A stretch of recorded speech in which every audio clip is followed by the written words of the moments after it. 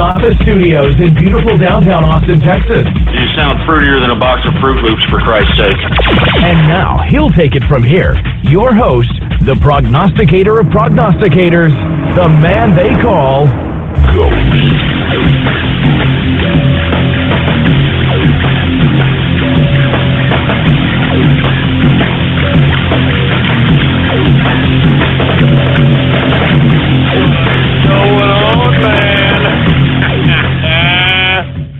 How's it going, folks?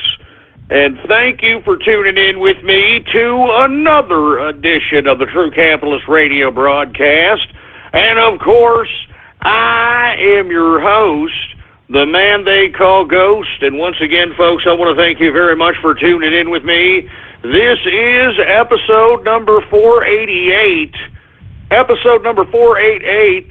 And before we get into anything else, I'd like for everybody to please spread it around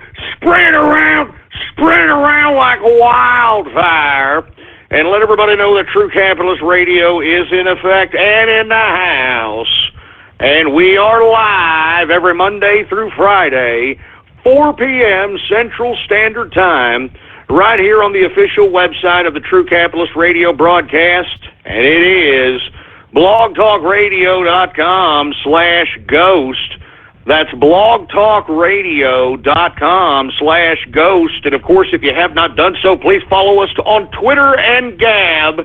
Of course, Gab is the Twitter alternative. You can find us both, or find me both on those. Find me on both of those social media websites. Jesus Christ. You can tell it's a bad case of the Mondays. Anyway, I'm on both of those social media sites under the name Politics Ghost.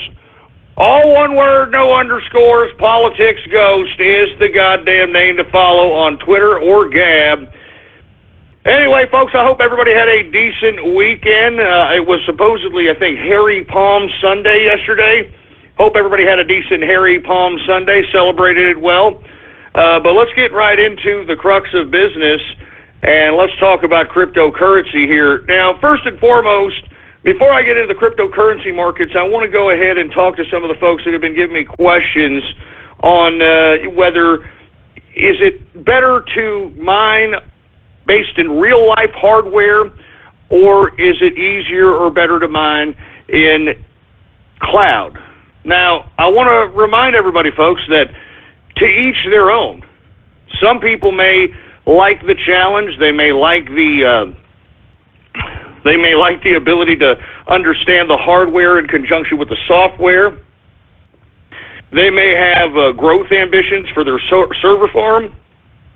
There's a lot of motives that could be driving somebody who would want to create their own mining rig at their own place, their office, whatever the case might be.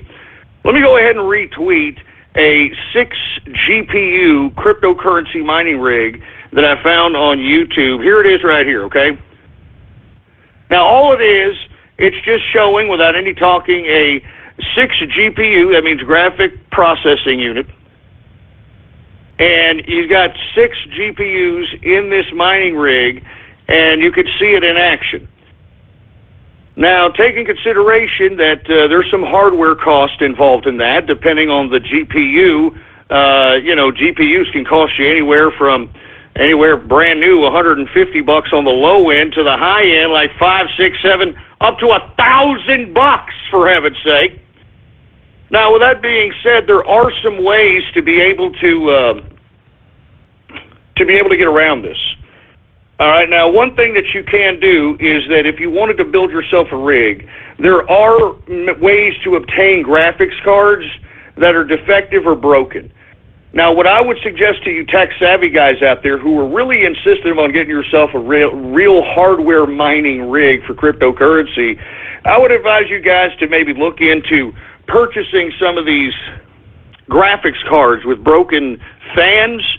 And if you can fix the fan in the graphics card, you can go ahead and actually take advantage of potentially building yourself a decent rig if you can obtain yourself GPU units, GPUs, maybe with fans broken. I've seen them on eBay for about $30.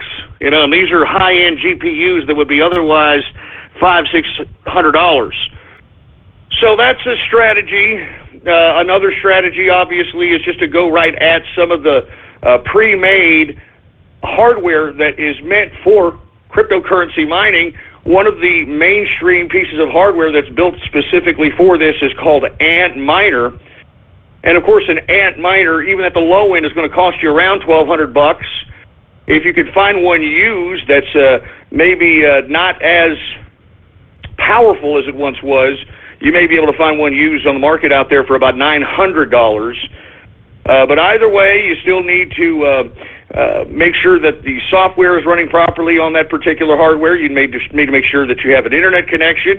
You need to make sure that you have electricity to suffice that particular rig. You need to make sure you have a generous airflow so that the damn rig itself doesn't overheat, doesn't fry your GPUs, doesn't fry your motherboard, doesn't fry, there's a lot of factors to go on. But you see, there are some people that may like to potentially mine cryptocurrency in this capacity. And maybe it's because they want the first-hand knowledge. Maybe they want to see if they can expand their capabilities, so on and so forth. But as I said before, let's say you have the high-end rig right now that's mining high hash rate cryptocurrency today. In the next 6 months, possibly sooner, possibly later, that capacity is going to go down because more and more people are going to be mining whatever cryptocurrency you are mining. And as a result, you're going to have people that are on these mining pools with more sophisticated hardware, with bigger GPUs, with bigger processing capabilities, and the algorithm is going to go to those processing units or those on the network with high-end hash rates. The algorithm is going to go with them because they're going to be able to solve these problems. They're going to be able to solve these transactions a lot sooner, a lot faster. So as it relates, the unfortunate part about it is, even if you do have the high-end rig at this point in time, you are going to have to upgrade that rig. Now, that means either adding on to your current server farm, or that means maybe getting rid of one or two pieces of hardware on your server farm to fund another piece of hardware to tack on to your mining rig. Now, it's a real big pain in the ass. I'm telling you this right now. Unless you are a tech-savvy person that likes the challenge and has a pretty decent electric billing situation in your dwelling, I would advise this. Now, there are some people on Twitter saying rigs will net you more money but are a headache. High electric bill, high heat, loud. Don't forget that. These things are going to be loud, folks. Maintenance, and will crash and potentially catch on fire. So that's something to consider. That's why I keep telling you folks, you have to take all these factors in consideration. There needs to be cool airflow in these server farms. That's why if you see these server farms, they should at least have about 2 or 3 fans in every direction so that this damn thing doesn't fry. Now, with that being said, let's go back to the hardware mining. Okay, you've got yourself your hardware rig. It's mining you a high hash rate right now. In 6 months, you're going to have to add on to that rig or potentially sell a piece of hardware off that rig so that you can increase your hash mining potential. As more people get on the mining pools with higher-end hardware, you've got to keep up. That's just the way it is. This is the mining game, folks. All right? Now, there is the alternative, which I have suggested. And I do want to give some people advice because I'm currently doing this. I do have a small GPU that's mining some Zcash, but it's not yielding anything. And I usually keep that particular computer on all the time anyway. So, hey, if I'm keeping it on, it's a GPU, what the hell? Might as well get whatever you can get. Now, what I'm doing, folks, and let me go ahead and retweet this here, is going on the cloud. Now, of course, I've been telling folks about this particular service called Genesis-mining.com. This is a very, very simple service that provides people the opportunity to instant mine just within an instant. Now, let me advise folks that are doing this now, what you need to do is you need to get whatever you're yielding here for the next couple of months, and you're going to be able to yield in whatever cryptocurrency that you are mining. Now, what people are making the mistake on this service is that they're buying, like let's say they're buying a package of Monero, or they're buying a 2-year package. These are all 2-year packages. So if you buy a package, this thing will mine for you for 2 years. You will have whatever your mine yields deposited in your wallet every day. So it's very, very convenient. But what I'm finding is people are trying to split their hash power into 2 or 3 different coins. Now, I would strongly advise folks not to do this. I'd strongly advise folks, if you're going to purchase a pretty decent amount of hash power, make sure to dedicate that hash power all to one particular coin. And you want to make sure it's a coin that you think is going to increase. In my view, I think most coinage are going to increase here in the next 2 years anyway. I think that right now, if you're getting into cloud mining, hell, if you're even getting into real-life hardware mining, I think that you're ahead of the game. I think that there's nothing but increased potential in cryptocurrency. But either way, I just want to give people the heads up. And, of course, you can get a discount on Genesis-mining by using the discount code WEA296. Once again, discount code WEA296. I would strongly advise folks to just stick to one coin. And then as you start mining and as you start seeing deposits in your wallet, I would strongly advise you within the 2 months to add hash power to what you are currently having at the present time. So when you add on to hash power, not only are you increasing your potential yields on your mining, but at the same time, you are also keeping up with the increased hash power that everybody's going to have to need. And in my view, folks, as these cryptocurrencies go up in value, I think that right now, mining at these prices are going to be dirt cheap. And I think that everybody, by the time people start seeing, oh my God, cryptocurrency's going through the roof, it's going to be too late. It's going to be too late. We talked about it last week. Japan has already legalized cryptocurrency as a legal form of tender. So that means you can go to Japan right now, spend cryptocurrency at 29,000 stores in Japan. This April 20th is the day, folks, for you folks to mark on your calendars for you cryptocurrency people out there. April 20th is the day in which India will decide, and I'm talking the country of India, on whether or not cryptocurrency will be a legal form of tender in India. Because, folks, we talked about, some months back that India has outlawed hard, tangible cash. There is no hard, tangible cash in India any longer. And now you've got a big SWIFT going into cryptocurrency, and the government of India is considering on whether or not it's going to use that as a legal form of tender. If it does, I think that this damn price could go through the roof.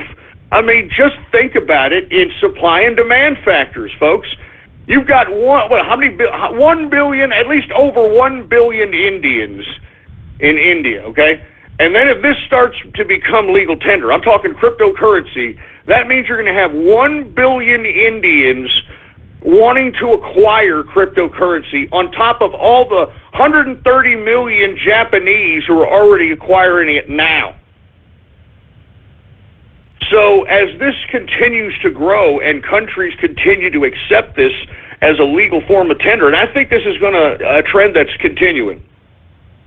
They're talking about it in Nigeria, accepting it as a legal form of tender. They're talking about in certain South American countries. They're talking about, this is a legit alternative to the current monetary system.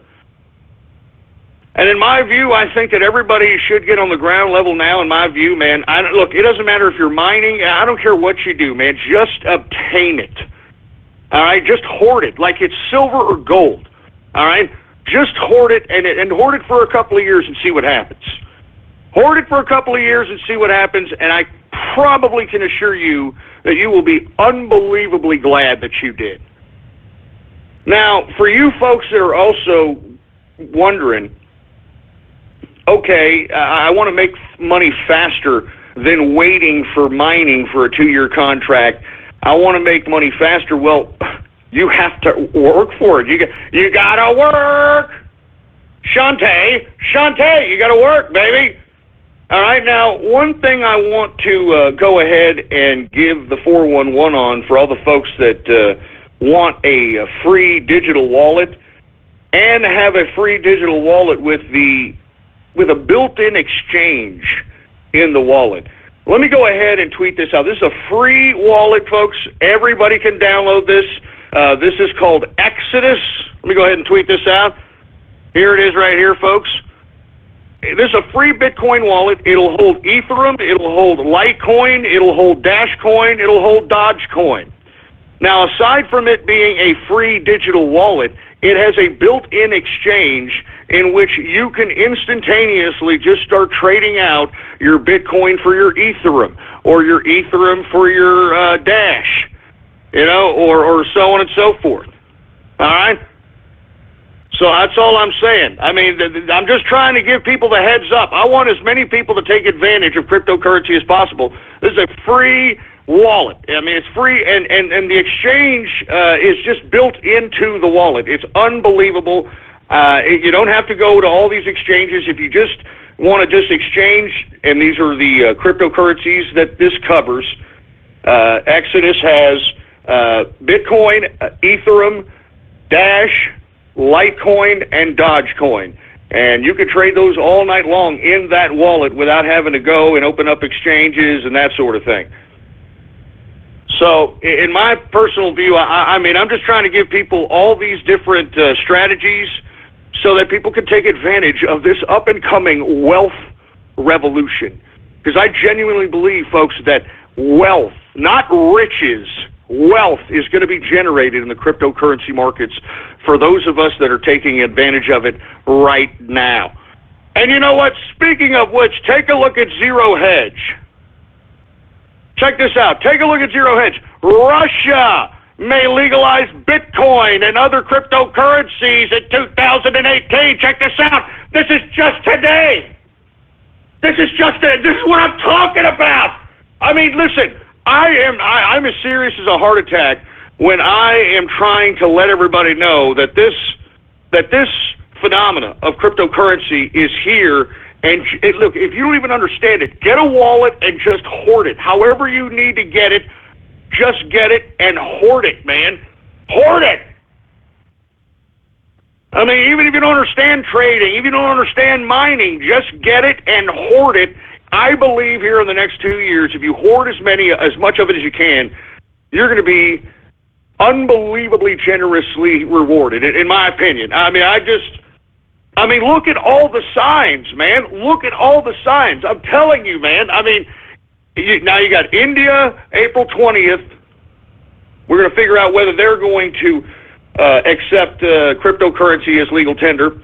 Now you've got Russia. We may even see Taiwan, because remember, Taiwan has outlawed physical currency. You may see, I mean, it's just, this is happening right before our eyes. And in my opinion, folks, the reason I'm putting cryptocurrency at the first of the financial hour at True Capitalist Radio is because I want everybody who's listening to jump aboard on this, man.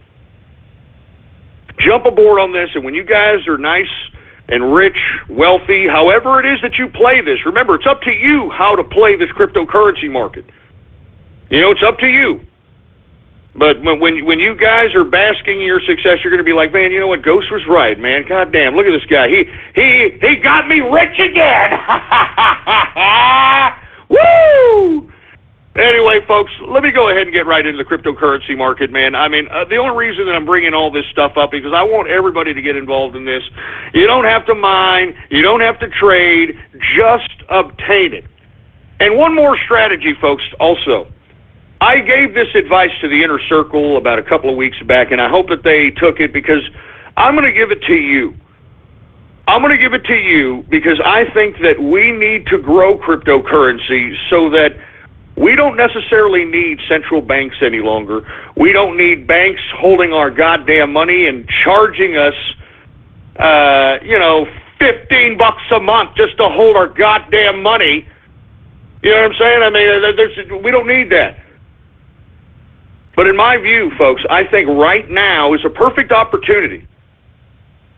All right, this is a perfect opportunity for you folks to just go out there and potentially start yourself a small little consulting business.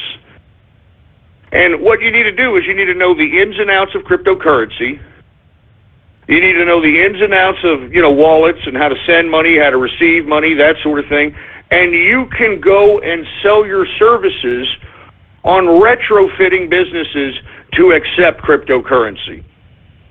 And listen, all you need to do is just call these people, just go up to businesses, call them, and say, hey, I'm such and such. How would you like to have a transaction in which there's no transaction fees? Once the transaction is fulfilled, there is no chargebacks. There is no goddamn fees for holding trade. I mean, there's just so many benefits. I mean, I want everybody out there to do this, and I want them to spread the word about this cryptocurrency because there are so many benefits, and I think that people out there, they deserve to make some cash out here.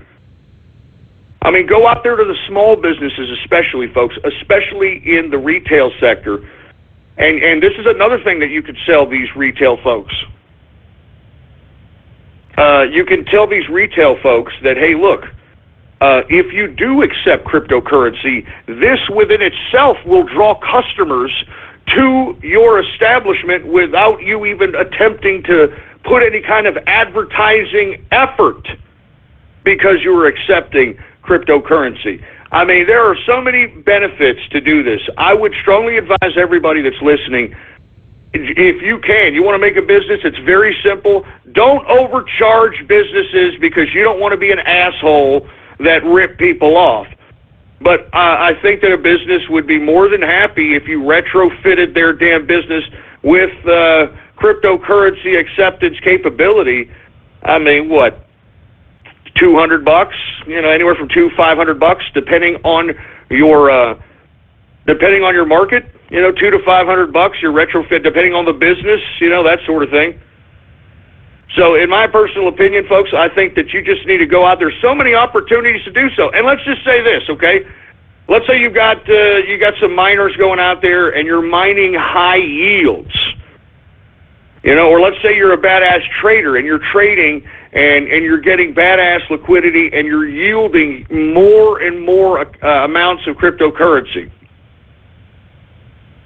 Well, folks, what you can do now is you could sell that cryptocurrency on the street. Yeah, I'm not even joking around. You sell that cryptocurrency on the street, man, because people right now, I mean, they're finding it very, very hard to obtain cryptocurrency without having to pay some tremendous premium. And if you're yielding this out of mining, it's very easy to just go out there and sell it to the general public. Now, I know there are a couple of websites that provide this service for free, but they also take maybe a small fee. There's one called localbitcoins.com. That's a decent one in which you can locate folks that are either selling or buying Bitcoin, and you can physically go and exchange the cash for crypto or crypto for cash. All right, I mean, it's as simple as that. And you can, it's very, very simple, folks. I mean, there are so many ways that you can make capital in this cryptocurrency revolution as it's budding, as it's coming up. So these are just a few pieces of advice that I want that people to know. I think people need to consider that there are a variety of different ways to make money, baby, all right? I mean, all you got to do is think about them, and then you have to take the initiative to go out and make it happen. You see, what's unfortunate is that people just think that they can just go out and, they think they can drop 1,000, 2,000, and it's magically through osmosis going to give them dramatic amounts of yields and benefits and all kinds of goddamn profits. But you have to understand, people that those people that sit here and like, they drop about 500 and expect like, I don't know, 10,000. Those are the folks that are just going to sit there and think that things are going to happen. It's just going to happen to them.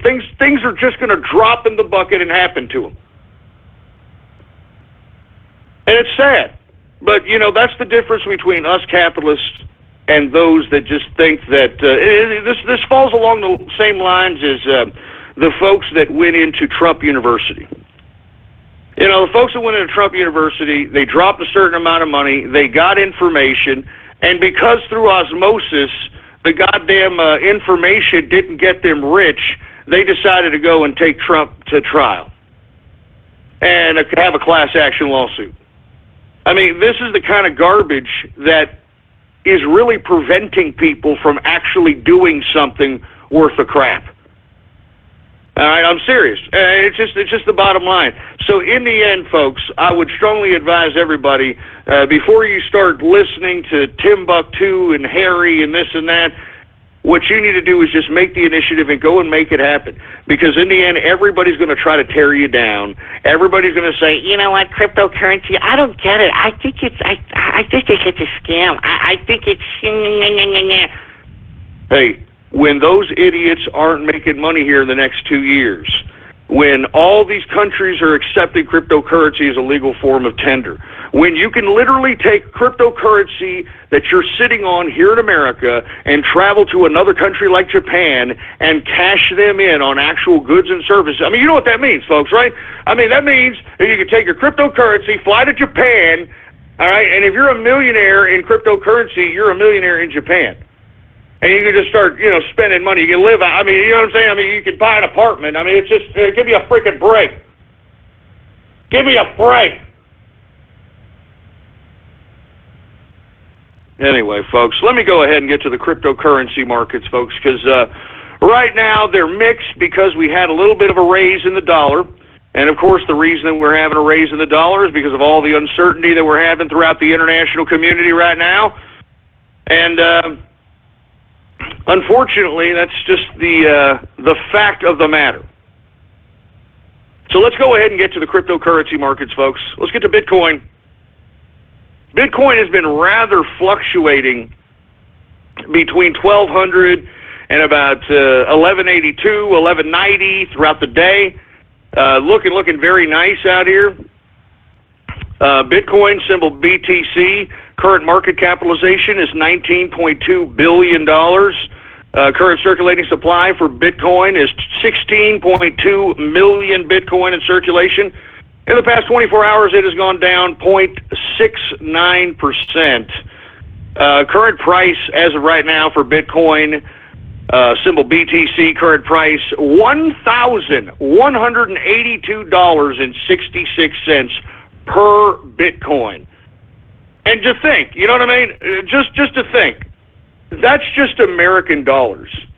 Just imagine if that was exchanged in a currency like the Japan's currency, which is, it is overdone. I mean, I'm just saying, you can exchange cryptocurrency for any currency, and depending on what market you're in, you could be a goddamn millionaire just by having a few hundred goddamn Bitcoin. I'm not even joking around.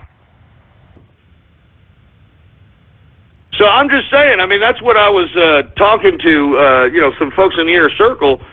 I was like, look, let's help each other out. Let's do some trading. Let's do some mining. Let's put our forces together out here.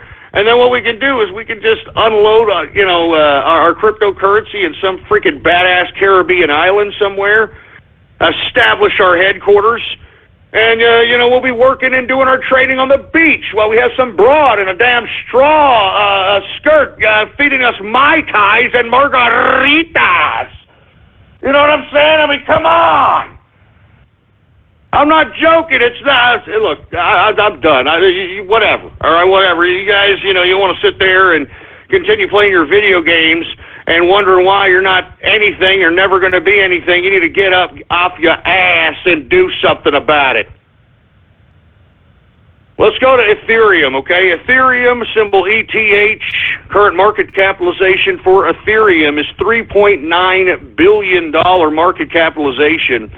The current circulating supply for Ethereum is 90.5 million in circulation. The current, in the past 24 hours, Ethereum has gone down 0.03%.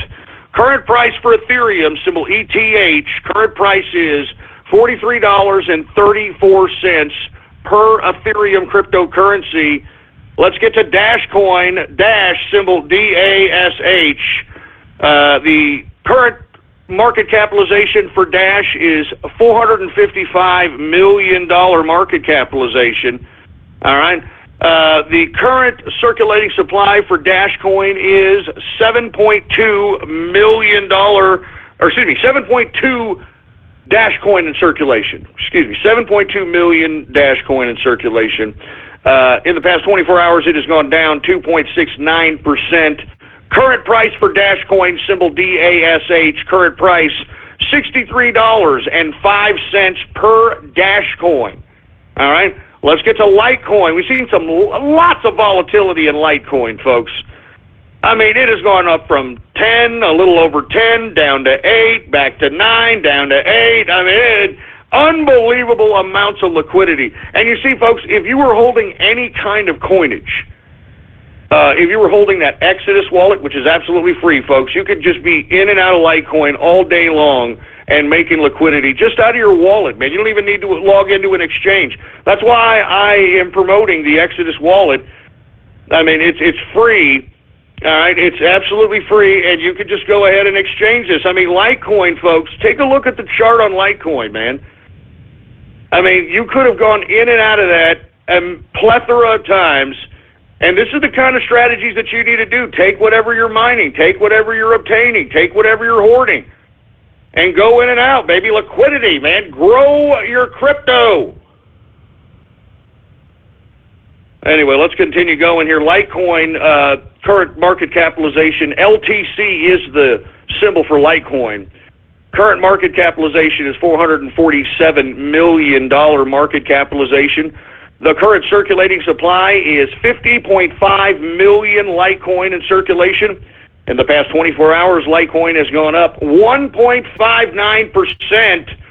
Current price for Litecoin, symbol LTC, current price $8.85 per Litecoin cryptocurrency. Let's continue going. We got the Monero. The Monero has been taking an increase dramatically. I mean, it has gone at least from 18 and change. It is now it's above 20. It is above $20. Let's go ahead and get to Monero, symbol XMR. Current market capitalization for Monero is $309 million market capitalization. The current circulating supply for Monero is 14.2 million Monero in circulation.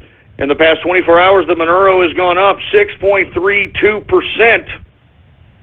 Current price for the Monero, symbol XMR, current price $21.68 per Monero cryptocurrency. Let's continue going. We got Ethereum Classic. Ethereum Classic, symbol ETC. Current market capitalization for Ethereum Classic is $234 million market capitalization. The current circulating supply for Ethereum Classic is 90.5 million in circulation. The current, in the past 24 hours, Ethereum Classic has gone down 2.25% decrease. Current price for Ethereum Classic, symbol ETC, current price $2.59 per Ethereum Classic cryptocurrency. Let's get to Zcash, one that I am mining off one of my GPUs. Not mining and yielding a whole terrible lot, but still, I like the fact that I leave one of my PCs on and I'm still making a little bit of change. You know what I'm saying? Zcash, symbol ZEC, current market capitalization for Zcash is $68.3 million.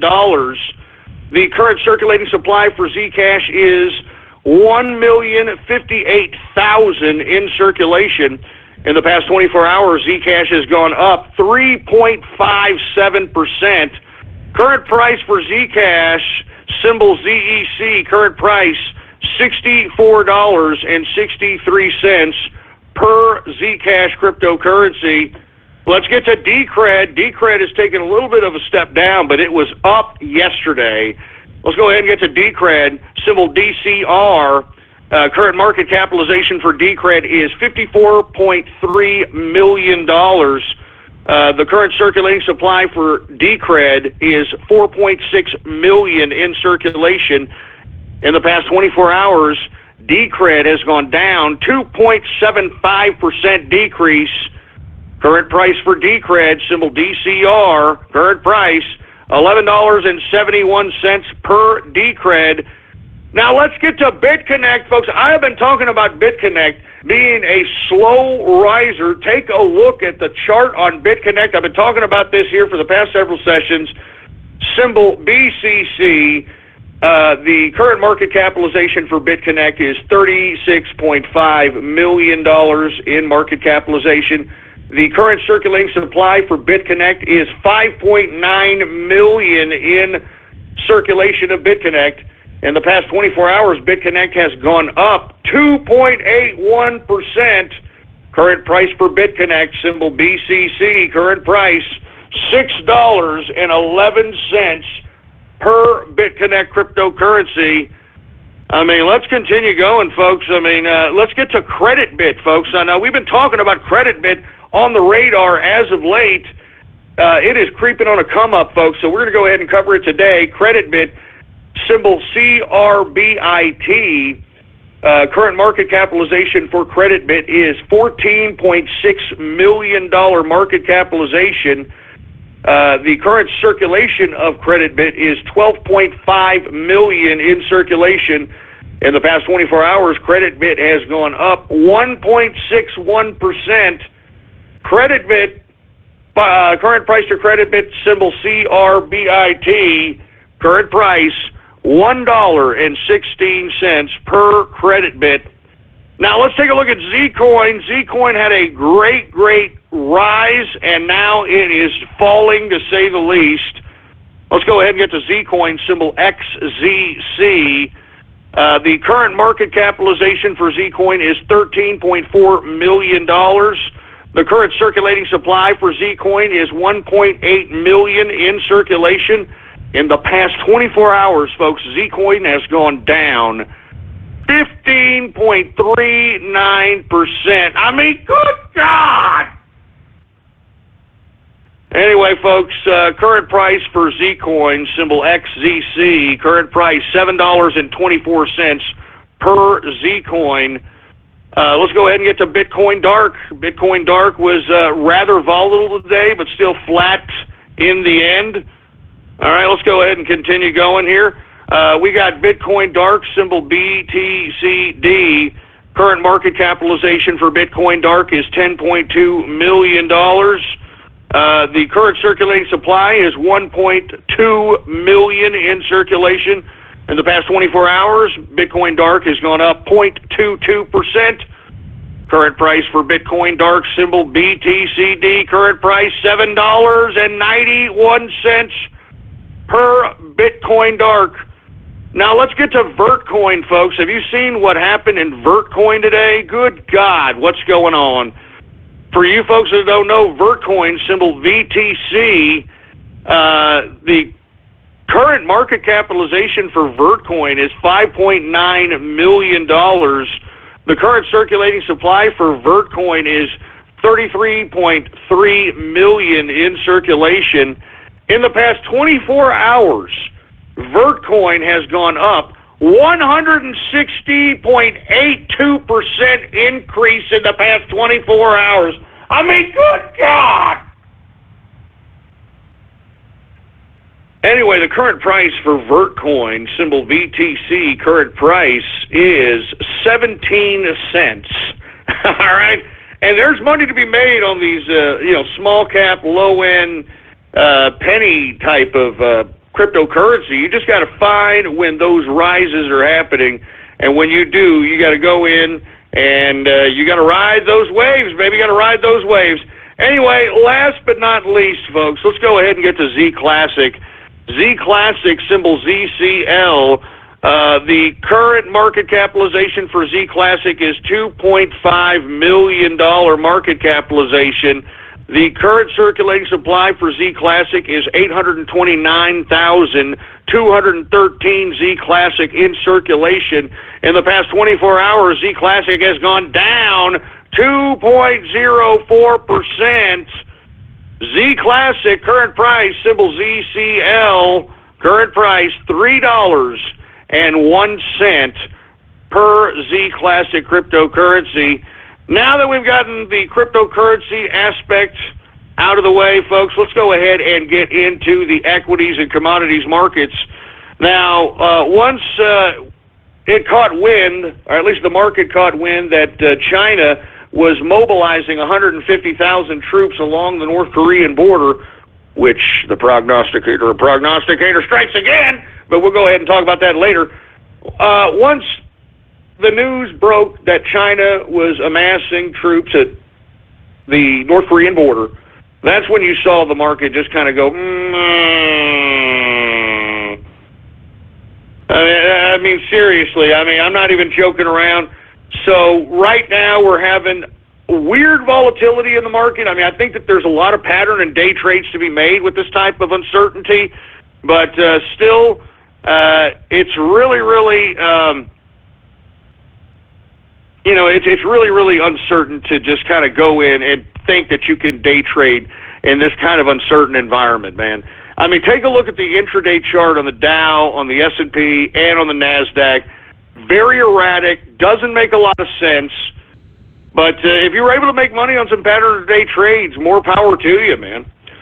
Anyway, let's get to the Dow. The Dow Jones Industrials is up very modestly today. It closes out at up 1.92 points, a percentage increase of 0.01%, closing out the Dow at 20,658.02 points for the Dow Jones Industrial. We've got the S&P also up modestly, 1.62 points, a percentage increase of 0.07%, closing out the S&P at 2,357.16 points for the S&P 500. We've got the NASDAQ. The NASDAQ is also up modestly, folks. It is up 3.11 points, a percentage increase of 0.05%. Closing out the NASDAQ at 5,880.93 points for the NASDAQ composite. Now, folks, I don't really know what's going on here in the equities markets at this point in time. It is basically ran. All right? It is basically ran by the Wall Street fund managers, the hedge fund managers, mutual fund managers, and the machines. Now, I'm getting mixed signals from the business media. You've got some folks that are reading the writing on the wall and realize that all these prices, this, inflated stock market, there's nothing to base this on. I don't understand where these 20,000 Dow Jones Industrial, I don't know where it comes from, but in the end, folks, this damn market may be smoking so much crack, we may see another 200 or 300 point, 400 point increase, in my view. This Wall Street is smoking so much crack. And you want to know why it is? It's because the independent investor is no longer able to be economically free when it comes to the equities markets. And that's why I am trying to call on anybody who cares to tweet at the president, to tweet at your congressman, to tweet at Secretary of the Treasury Mnuchin, and tell them to lift this ridiculous pattern and day trading rule and get rid of it. This pattern and day trading rule does nothing more than prohibit independent people to supplement their income or to gain more liquidity when they would have otherwise have never had any other opportunity to do so. So I'm just saying, folks, we need to get rid of that pattern and day trading rule. Please try to tell the president, try to tell Mnuchin, we need enough people to make a rise out of this so that they can consider, hey, wait a minute, maybe the pattern or day trading rule sucks. Let's let the independent investors back in the equities market. I mean, let's let them get some liquidity. Why is this only exclusive to Wall Street, for Christ's sake, man? And that's another reason why I focus on cryptocurrency in the beginning of the first hour of the financial markets in this program, folks, because cryptocurrency, you could trade cryptocurrency all night long. There is no pattern or day trading rule in trading cryptocurrency. You can trade it all night long. As a matter of fact, money never sleeps. All right? The currency markets never sleep. So you can trade this and get liquidity all night long. There is no law to this. So that's why I'm saying, folks, I mean, the opportunity is there in cryptocurrency, in my view. I just hope people take it, and I hope people, that are sitting there pissing and moaning about it, I hope that in a few years, when those that took advantage of this particular wave are rich, and you're just there, a pathetic, disgusting piece of human protoplasm that's still bitching and moaning and complaining like some social justice warrior, long-haired liberal bedwetting hippie, I hope it stings your ass. All right? That you're stupid, oblivious, hard-headed, ridiculous, no substance, think things are going to happen to you ass. I hope it stings that, I didn't take advantage of that.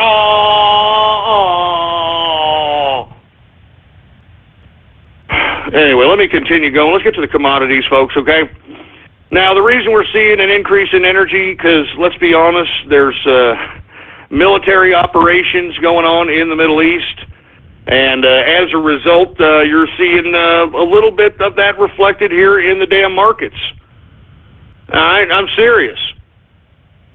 I mean, you're seeing that reflect especially in energy because we have, in my view, an overproduction. I think that we have way too many producers on the world market to justify the prices that are being projected right now in the commodity of energy. But hey, to each their own, baby, all right? I hope that somebody's making money out of this freaking increase in oil out there in the listener base somewhere.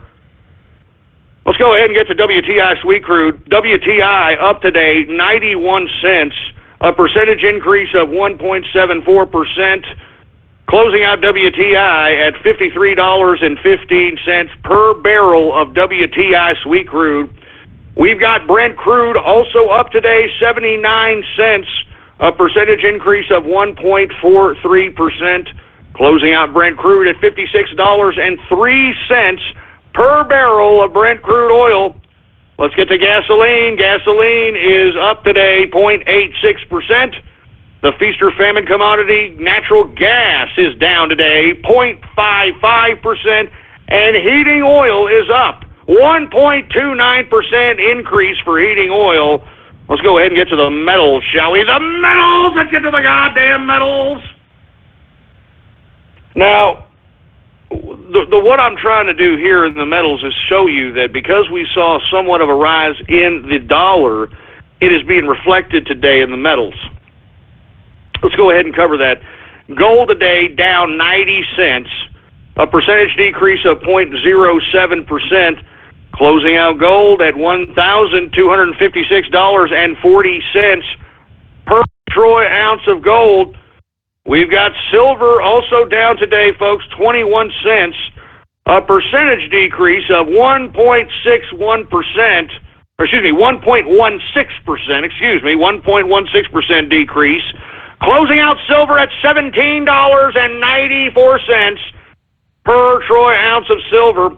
We've got copper also down today, 1.51%, and platinum is unchanged today. Platinum is unchanged. Let's go ahead and get to the agriculture commodities, folks. Grains, very interesting day in commodities, to say the least. Corn up today, 2.09%. Now, let's just take this into consideration. We're seeing a lot of green here in the grains, in the softs, and in livestock. Now, why is this? The reason is, folks, is because the Chinese visit to Mar-a-Lago with the president was a success. One of the things that China has already done is to lift the ban of importing United States beef and certain United States agriculture. So as a result, because China has lifted a lot of these import bans from America, we are seeing an increase in a lot of these agricultural commodities. Now, with that being said, we already started off with corn up 2.09%. Everything that you see in green today means that we're going to see an increase in price because China, remember, it's got to feed over 1.2 billion people, 1.2 billion people. I mean, they're going to want to buy and purchase large quantities of whatever commodity that they wish to purchase. So always remember that, because whenever you see these kinds of trade deals happening, it's going to mean that we're going to see a little bit of scarcity, especially in the commodities out here. We're going to see an increase in price. Let's go ahead and get to it. Let's get to wheat. Wheat is up 1.12%. You see, folks, I mean, we're seeing increases even though the dollar is increased. It's increased based upon these new deals that are obviously that have been struck with China and the United States, thanks to the art of the deal president himself, man, Donald Trump. And we're going to talk about him and his foreign policy and take your calls. We're going to talk about all that here in a minute. But let's continue going with the markets. Oats is unchanged today. We've got rough rice up 0.34% increase. We've got soybean down 0.03%. Soybean oil down 0.85%. And canola is up 0.12%. Let's go ahead and get to the softs, shall we? Let's get to cocoa. Cocoa is down 2.14% decrease on the day for cocoa. We've got coffee. Hey, dude, just don't talk to me. Don't talk to me unless I have my coffee, dude. Just don't talk to me. Shut up, you stupid little fruit. Anyway, once again, I want to continue to remind everybody that the boycott Starbucks movement was effective. The CEO of Starbucks was forced to step down after he publicly said that he was going to hire 10,000 illegal immigrants out here because he's a piece of trash. Now Starbucks is begging the conservative movement and begging those that are boycotting Starbucks, please come back. I mean, come on, we've already removed the CEO. Come back to us, please. Have our coffee, please. Have our coffee invade your kidneys, please. I'm serious. They came out and actually had a goddamn statement saying, look, we fired this bastard. Please stop boycotting, all right? All right, we need for you people to continue to buy overpriced coffee. We need you to do it. Anyway, once again, let's get to coffee. Coffee is down today, 0.14%. We've got sugar. Sugar is also down 0.83%. We've got orange juice up 0.12%. We've got cotton up today, 2.30% increase. Lumber is down 1.45%. We've got rubber down today, 3.17%. Good God. Must be the springtime. Nobody wants any prophylactics. Everybody's raw dogging it out there, I guess. Yeah, you sick sons of bitches. All right, don't have any more bastard children, please. We've got ethanol up today, 1.35%. Let's go ahead and get to livestock, shall we? Now, once again, as I stated, China has allowed the import of U.S. beef and other agricultural products because of the meeting with him and Trump at Mar-a-Lago. So we are opening up our doors to allowing some of the producers here in America to capitalize off of China wanting to buy specifically commodities. So let's get to livestock. Livestock is up 0.45% increase on the day for live cattle. We got cattle feeder up today, 1.12% increase. We've got lean hog up 0.69%. And that, my friends, is the markets for your ass. All right? Anyway, folks, I hope everybody found that a little bit informative. I want everybody to try to make money out here. I want everybody to be rich. You understand? Because that's just the way it is. If I build more capitalists, this world will be a better place. It'll be a better place. That's all there is to it. And I'm talking about real capitalists. I'm not talking about a bunch of fruit bowl little, I want things to go my way, and if things don't go my way, I'll backstab you like some stupid two-faced broad. That's what I'll do. Like most of these idiots that were once on the Trump train that are now hopping off because they have no loyalty to anybody. You understand? They're despicable, disgusting, closet leftist losers. All right? I'm serious. You have no loyalty to anybody, for Christ's sake. You're going to sit over there and jump off the Trump train like a bunch of damn tards. So be ashamed of yourself, all of you. Son of a bitch. Anyway, folks, let's go ahead and get to some damn Twitter and Gab shout-outs, all right? And for you folks that are unaware, all you got to do is retweet the tweet that states True Capitalist Radio Live. If you go to my Twitter account and retweet the tweet that states True Capitalist Radio Live, I'll give you a Twitter shout-out live right here on the broadcast, right here and now. Hey, engineer, do we got any goddamn Twitter shout-outs to be had?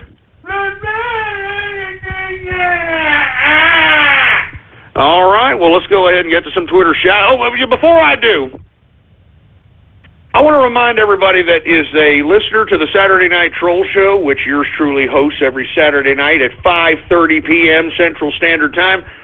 I want to tell everybody that, look, my apologies for not putting up the My Kids merch on ghost.market, but there was something I did not like about the piece, so I had to retouch it, I had to redo it a little bit.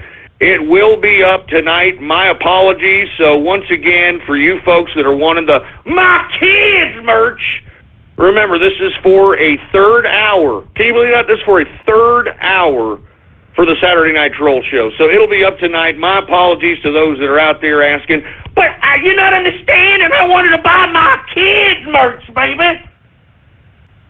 And, of course, if you bought more than 15 either Mr. Fortune cookies or Mr. Optimisms, you're getting one free. So thank you very much, man. Let's go ahead and get to some goddamn Twitter shout-outs right now. All right, who do we got here? I'm not going to say these disgusting names. What's going on to Supa? What's going on? We got, I'm not saying these disgusting names. Jizzmaster 3000. Oh, yeah, look, there's the Whore Master. Oh, yes, I am the Whore Master. We've got your average Joe. We got the Brony Network. America is back. What's going on? We've got Artron Havoc. We've got Shiny Pori. Christina is Infitel. I don't know whatever the hell that is. Once again, retweet the tweet that states True Capitalist Radio Live, and I'll give you a Twitter shout-out live right here on the broadcast. We got Pro Honky. We got North Korean Barbecue. Ohio Bitcoin. We got Maverick in the house. Who else do we have here? Once again, retweet the tweet that states True Capitalist Radio Live, please, boy. You understand that, boy? We got Engineer Show on Sunday. No, we're not giving the engineer his own show. Shut up! Jesus Christ. We got Redemption 47. We got Cat Fur for Trump. What's going on? We got United Fight Club. What the hell is that? Oh, the okay. I get it, yeah. Did y'all see that little video of a United flight, I mean, it's sad because they were trying to escort some guy off a United flight, and it was United's fault because they overbooked the damn thing, and this guy didn't want to go quietly, and, I mean, it happens, you want to get home. You don't want to stick around these assholes literally in a damn airport, for Christ's sake. You don't want to be in a damn capsule, for more than too long. I mean, come on. We got the Trump bot in the house. What's going on to Dr. Bristle? Once again, retweet the tweet that states True Capitalist Radio Live, and I'll give you a Twitter shout-out live right here on the broadcast. We got Sergeant Yoda. Oh, great. We got Distilling Thinner Sniff. That's great. That's just great. Did I pass over that? Did I pass? Shut up! Just shut up! Did I pass over that? Shut up! I know what you mean by that, you anti-Semitic prick! Son of a bitch. Give me the mic. Give me the mic. I'm sorry, folks. First of all, I want to say happy Passover to all my Jewish brethren out there, all right, that are out there that, are partaking in Passover. I hope that you are enjoying the Seder meal. And all I've got to say is l'chaim and l'chaim. Thank you very much. Happy Passover. I hope you're having a great time. Who else we got? We got CDI Fan 237. What's going on? We've got the Gorsuch equals more lib tears. Yeah, no kidding. No kidding. Oh, that's Gorsuch. Oh, no. Shut up. I'm sipping on liberal tears right now. Unfortunately, folks, I am not drinking alcohol, all right? I'm drinking some old-fashioned Texas tea, boy. I like good brisk tea, you know what I'm saying? Nice, good brisk tea. Anyway, folks, we are now in the second hour of the True Capitalist Radio broadcast. And, of course, I am your host, the man they call Ghost. And once again, folks, I want to thank you very much for tuning in with me. Before we get started, I'd like to remind everybody to please spread it around like wildfire, and let everybody know that True Capitalist Radio is in effect and in the house. And we are live every Monday through Friday, 4 p.m. Central Standard Time, right here on the official website of the True Capitalist Radio broadcast, and it is blogtalkradio.com/ghost. That's blogtalkradio.com/ghost. And, of course, we're already doing Twitter and Gab shout-outs. So you can follow me on both of those social media under the name of Politics Ghost. All one word, no underscores. Politics Ghost is the name to follow. Let's go ahead and take a couple more Twitter shout-outs, and then we're going to move on. What's going on to the Neon Knight? How you doing, man? What's going on to Willie Wallace? Who else do we have going on over here? Once again, retweet the tweet that states True Capitalist Radio Live, and I'll give you a Twitter shout-out right here in the goddamn broadcast. We've got the Smiler in the house. What's going on with Smiler? What's going on to Trump and Capitalist? How you doing? Fidget My Midget. We got Metal Capitalist. Who else we got? I'm not going to say that disgusting name. We've got Interview Mr. Meadowcore.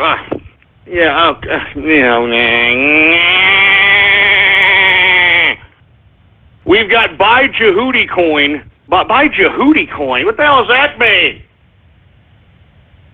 We've got the Green Leader in the house. Going on the Green Leader. We've got Federal Reserve for Bitcoin. Now, shut up. Don't even go there, you moron. Federal Reserve for Bitcoin. Shut up. The Federal Reserve can't do jack to Bitcoin there, boy.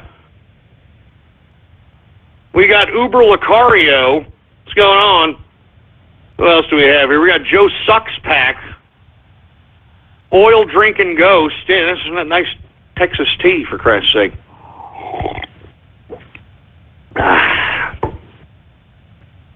Well, it's ghost mating season. What the hell does that mean? Ghost mating season. What?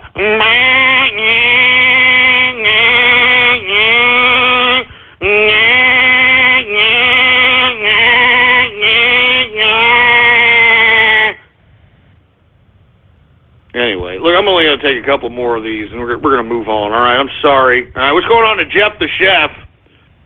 Who else do we have here? I'm not going to say these. You guys are getting disgusting with some of these names. Free pickle bath. Free pickle bath. You stupid idiot. United we fight or flight. All right, that was kind of good. All right, yeah, united we fight or flight. That's kind of good. I'll give you that one. All right. We got Ted Clark in the house. Sicker than Soros. What the hell does that mean? We got TCR Discord chat. We got Brisk Texas Teabagger. Just shut up. Just shut up.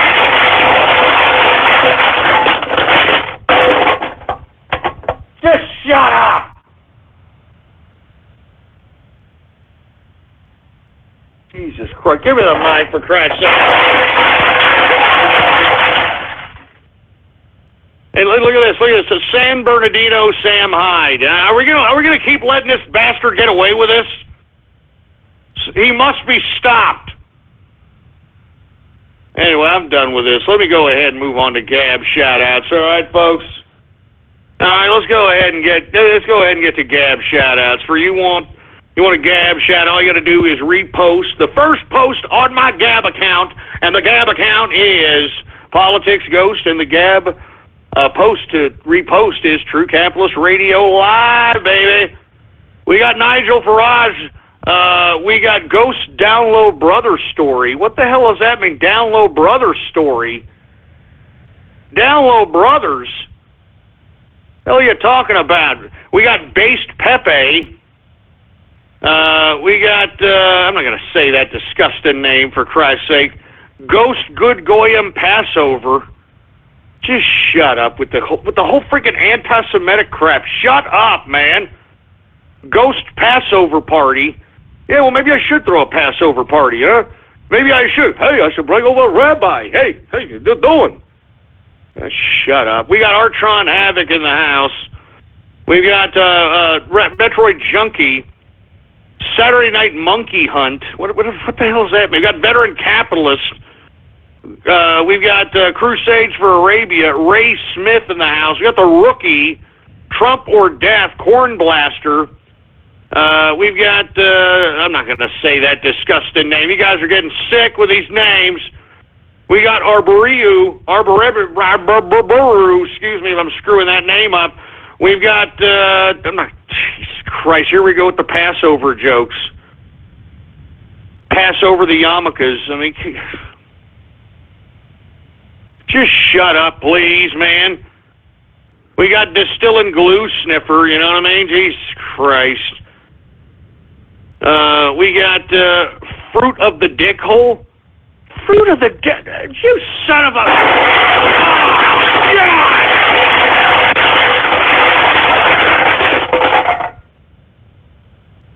Man, I should never have told that story, man. I should have never have told that story now, you son of a bitch. You troll terrorists, cybervermin assholes, you just keep on, man. You can keep on doing this crap. Oh my God, give me the freaking mic. Give me the mic.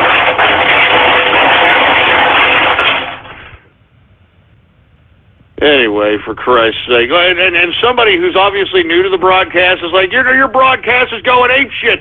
Twitter shout-outs 1 second, then you're talking about Ethereum the next. You're damn right, man.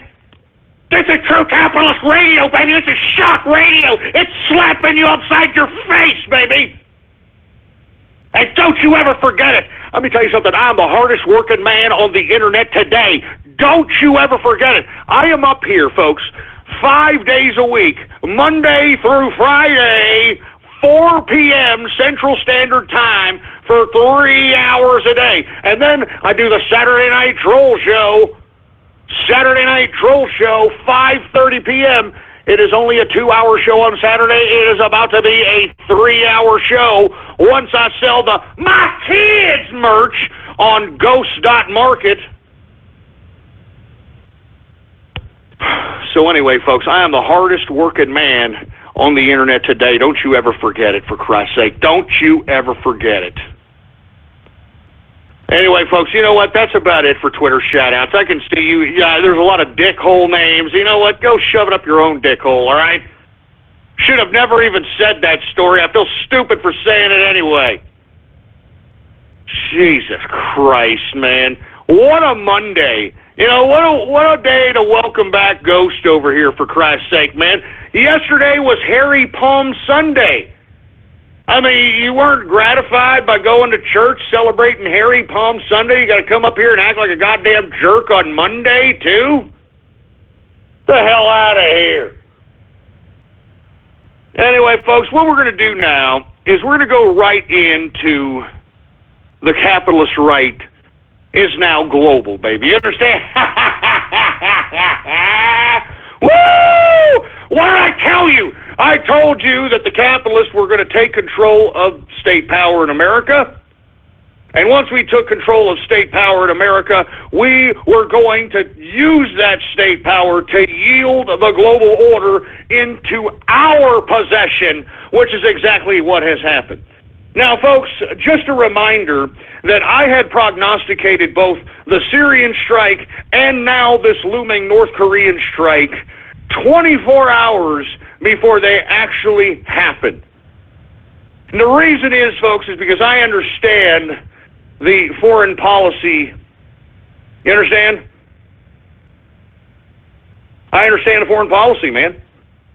The foreign policy is this, okay? Let's analyze what has transpired and have to detail this over and over again. You have to repeat things over and over again before it gets into people's thick skulls. Now, I know that many of you out there that are hopping off the Trump train, that are now talking against Trump because y'all have never been loyal to anything in your lives. That's why many of you that are hopping off the Trump train were once a bunch of bedwetted liberals to begin with. So you didn't have any loyalty to begin with anyway, so stay off! But now they're having a little bit of a trouble comprehending what is transpiring in the grand chessboard. Now, folks, I did tell you that foreign policy and international relations, when people create these policies, human life to them is more like it's collateral. It's, you know, something to worry about, but it's not something that's going to stop the end goal of whatever the culmination of that foreign policy is. They teach you this in college classes. If you happen to take any goddamn international relations class, any kind of foreign policy class, they teach you this. Now, with that being said, folks, what I have said is this. Let's go back and let's talk about when this, and we all know it was a fake assault, that this chemical attack, whatever you want to call it, whatever they were trying to portray on the lamestream media as a chemical attack in Syria, we can all pretty much surmise that it wasn't necessarily accurate, okay? But with that being said, why would they push something like that if it was fake? Why would the lamestream media, in conjunction with the deep state, in conjunction with its operations out there in Syria, why would they do this? Why would they fake a fake chemical attack and portray it and sell it to shape the narrative inside Mr. and Mrs. Joe Sixpack's head? Because, folks, that's how you impact people emotionally. When you see something that looks like dying babies, when you see something that looks like dying people, of course you're going to have your heartstrings pulled. And of course you're going to want something to be done about it. That's the whole intention of showing you such footage. Now, because we can pretty much, at least those of us that can think, those of us pretty much know that those chemical attacks were not necessarily accurate, it still was accurate enough to be sold to the American public and sold to Mr. and Mrs. Joe Sixpack to where they actually believe it. They actually believe the chemical attack happened. Now, you can't just go out and tell Joe Sixpack, who had just seen on TV a bunch of kids dying and a bunch of innocent people dying of chemical reactions. You can't just go out and tell them that, no, you didn't really see that, that was fake. They're trying. You can't do that. I mean, you're not going to be able to do that. They're going to think you're crazy. And that's the intention. That's the point. That's why the deep state did it.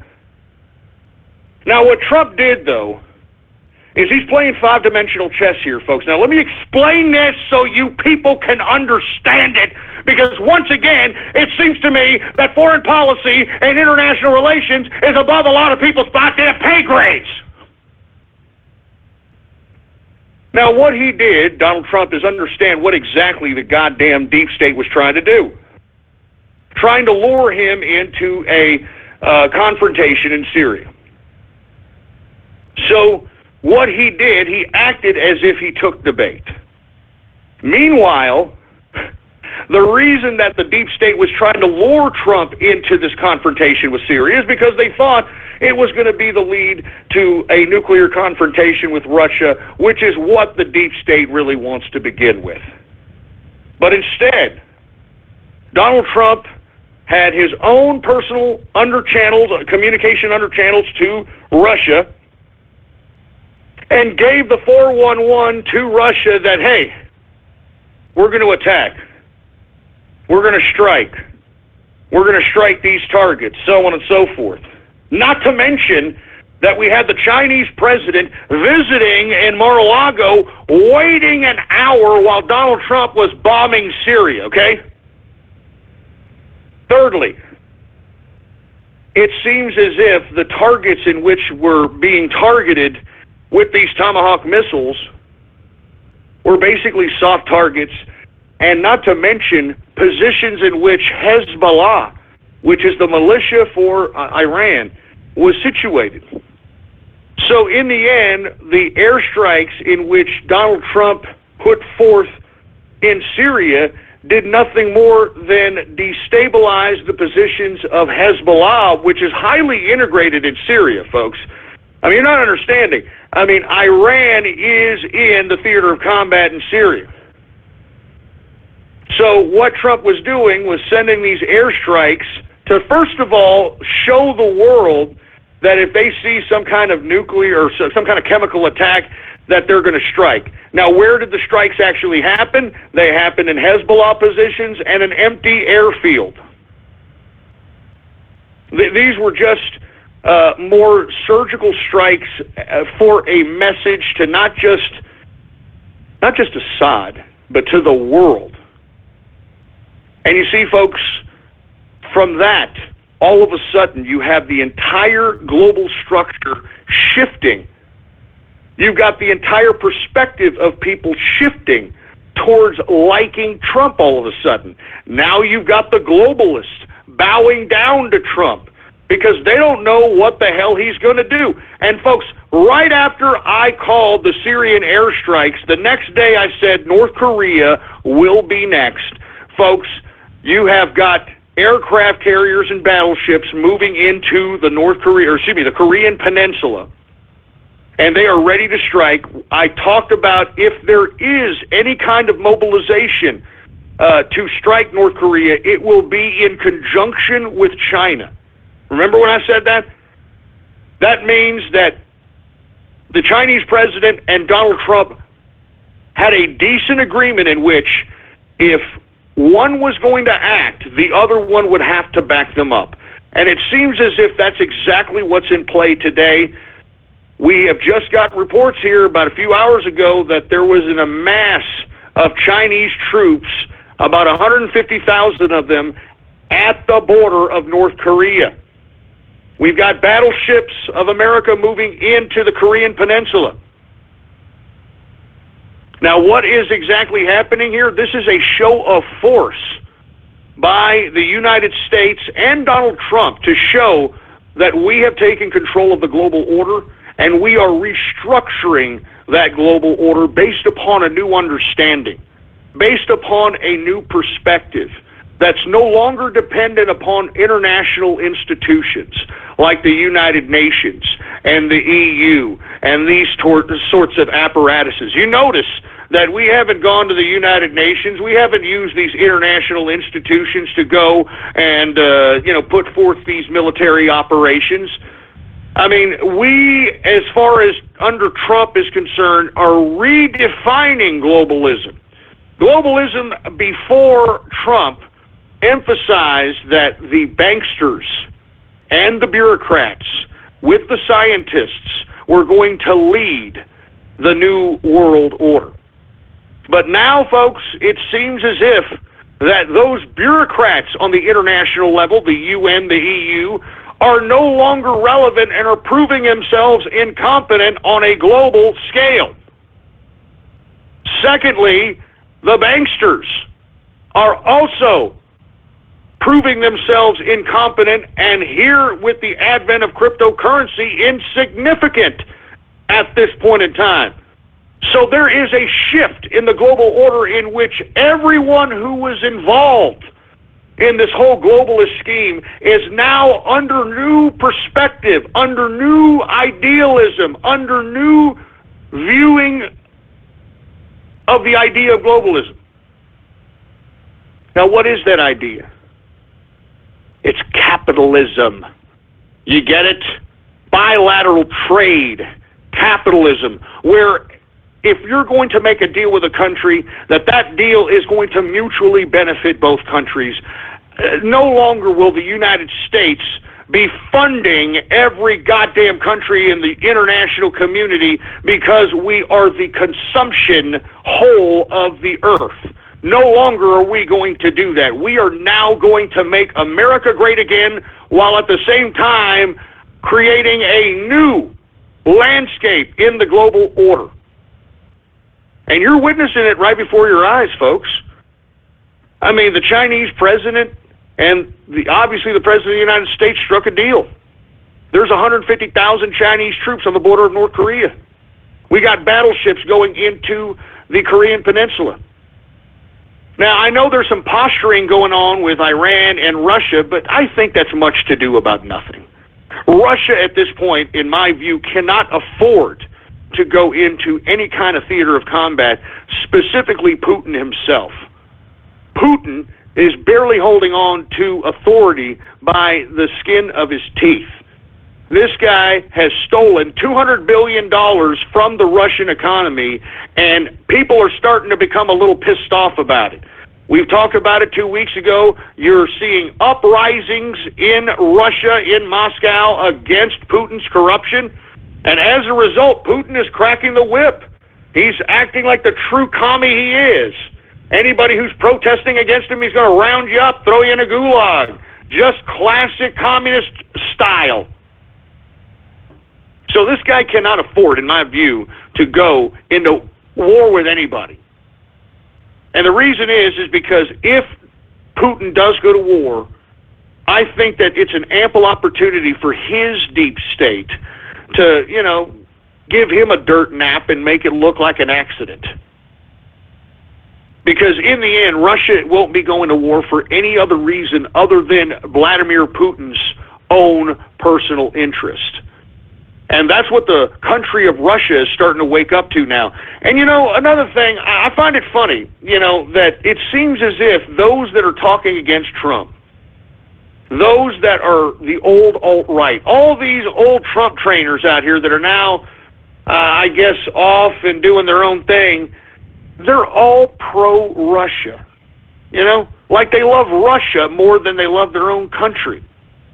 And I think that's a disgusting shame of all you dumb idiots that are out here promoting a bunch of stupid, cockeyed, vodka-drinking Ruskies than appreciating your own goddamn country, you stupid, dumb sons of bitches. I'm not even joking around, man. I have never seen so many people defend Russia in my life. I mean, you morons, are you on Putin's payroll, you son of a bitch? Are you getting money from Runa Capital or something? I mean, what in the hell is your major malfunction, you moron? Putin is a corrupt piece of trash, all right? Why do you think he's got his own people finally starting to wake up to his corruption and wanting him out? They want him out because he's a commie thief. Do you understand? He is a communist thief that took away $200 billion, all right, billion dollars from his own people, and yet you've got people out here, oh no, Vladimir Putin, he's a Russian nationalist, he's a great guy. Shove it up your. You even have Alex Jones out here who continuously holds water for this Russian government, man. I mean, I'm glad, to be honest with you, that someone is investigating Alex Jones. Because let me tell you something, for him to deny that he has no affiliation with Russia is a bunch of crap, in my opinion. I mean, once this show broke the news about who Alexander Dugin was, all of a sudden, within a week's time, this asshole, Alex Jones, has Alexander Dugin on for an interview. And in that interview, you could tell, folks, that once Alexander Dugin started going into this kooky-ass fourth political theory crap, and once he started going into these kooky-ass, chaos and destruction, once he started going into that crap, that's when Alex Jones was like, well, no, what you want is you want a better Russia. That's what you want, right? You want a better Russia. I mean, shut up, Alex. And you know what? And that's another thing. Now that we're talking about this, Alex Jones, Cernovich, and all these stupid alternative media idiots, you are showing the yellow bellies that you are. I mean, to be honest with you, you are doing everything within your power to discredit yourselves and to discredit this goddamn president. It's a goddamn shame.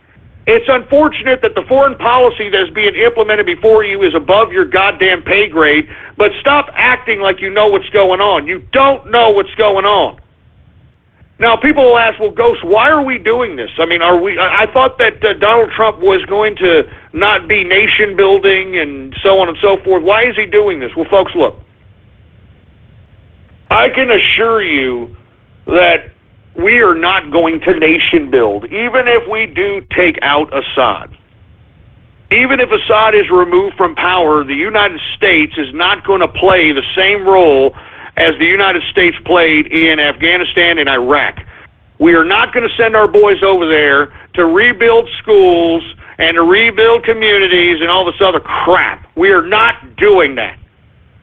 Now, what we're going to do is, unlike the previous presidents, all right, we're going to hold whoever we liberate accountable. Just like we should have in Iraq, like I've always said. You can go back to the archive. I talked about this in 2008 and 2009. I said, did we just lose track of what was supposed to happen in Iraq? How come the Iraqis, and I continue to say this to this day, how come the Iraqis aren't paying us back the, $2.53 trillion it has made, or it has taken to liberate these people? How come we're not at least taking some of the oil as partial payment? How come we're not forcing these Iraqis to sell the oil on the world market and to pay us back in blood and treasure for everything we spent for this goddamn freaking dirt hole? Huh? You want to know why, folks? Because no one was paying attention. No one was paying attention. Everybody was more worried about, who the hell knows what everybody was worried about. I know I was talking about it. Nobody else was. But I can assure you this. Regardless what happens, there is no nation building that will take place that the United States is involved with whatsoever.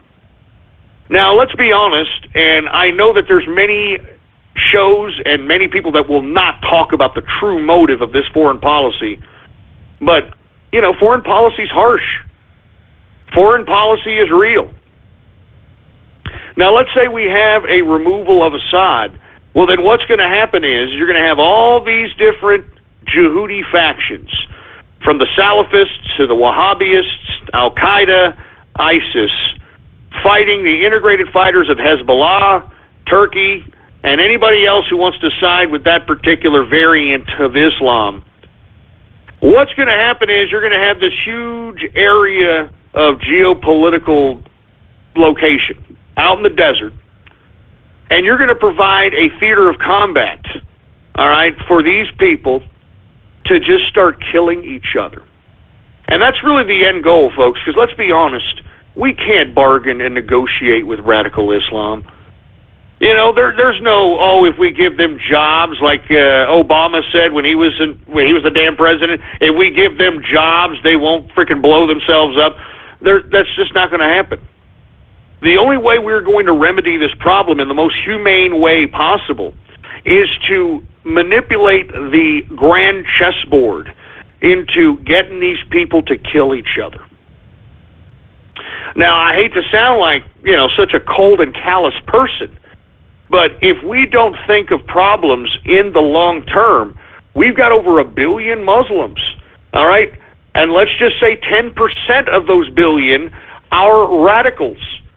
Well, how many of those 90% are against that 10%? And if you can't answer that question, it's because there are not enough of them vocal for them to prevent that type of 10% activity. So how are we going to stop it? We can't stop it by negotiating with radical Islam. We can't give them anything that'll make them stop it. These people are religiously fanatical, and there's over 1 billion of them. How are we going to stop them? This is a long-term problem. All right, this will be a long-term global problem. Now, how do you stop them? Well, you ignite the schism that's within Islam itself, and that's between the Sunnis and the Shiites. These two variants of Islam hate each other. And you see, that's exactly what is going on as far as the foreign policy is concerned in the Middle East. You remove all the secularist dictators and provide an open, kind of a wild, wild west in the Middle East type of an environment in which these Yehudis are literally killing each other for power, for geopolitical power, for regional power, for, whatever, for influence. And meanwhile, you've got Turkey, who is basically in the sidelines. They're not taking one side or the other. But when they see the Sunnis, which of course is going to drag Saudi Arabia into this war, they're already in this war now. They're fighting Iran in Yemen as we speak. But once Assad is toppled and you have this huge geopolitical area of desert, and you've got all these Yehudis in this particular region fighting jihad amongst each other, you're killing like 80 birds with one stone with this foreign policy. You're thinning out the herd of Muslims, first and foremost, okay? Secondly, you're allowing those Muslims to kill each other in their holy land as opposed to bringing the fight over here to our Western civilizations.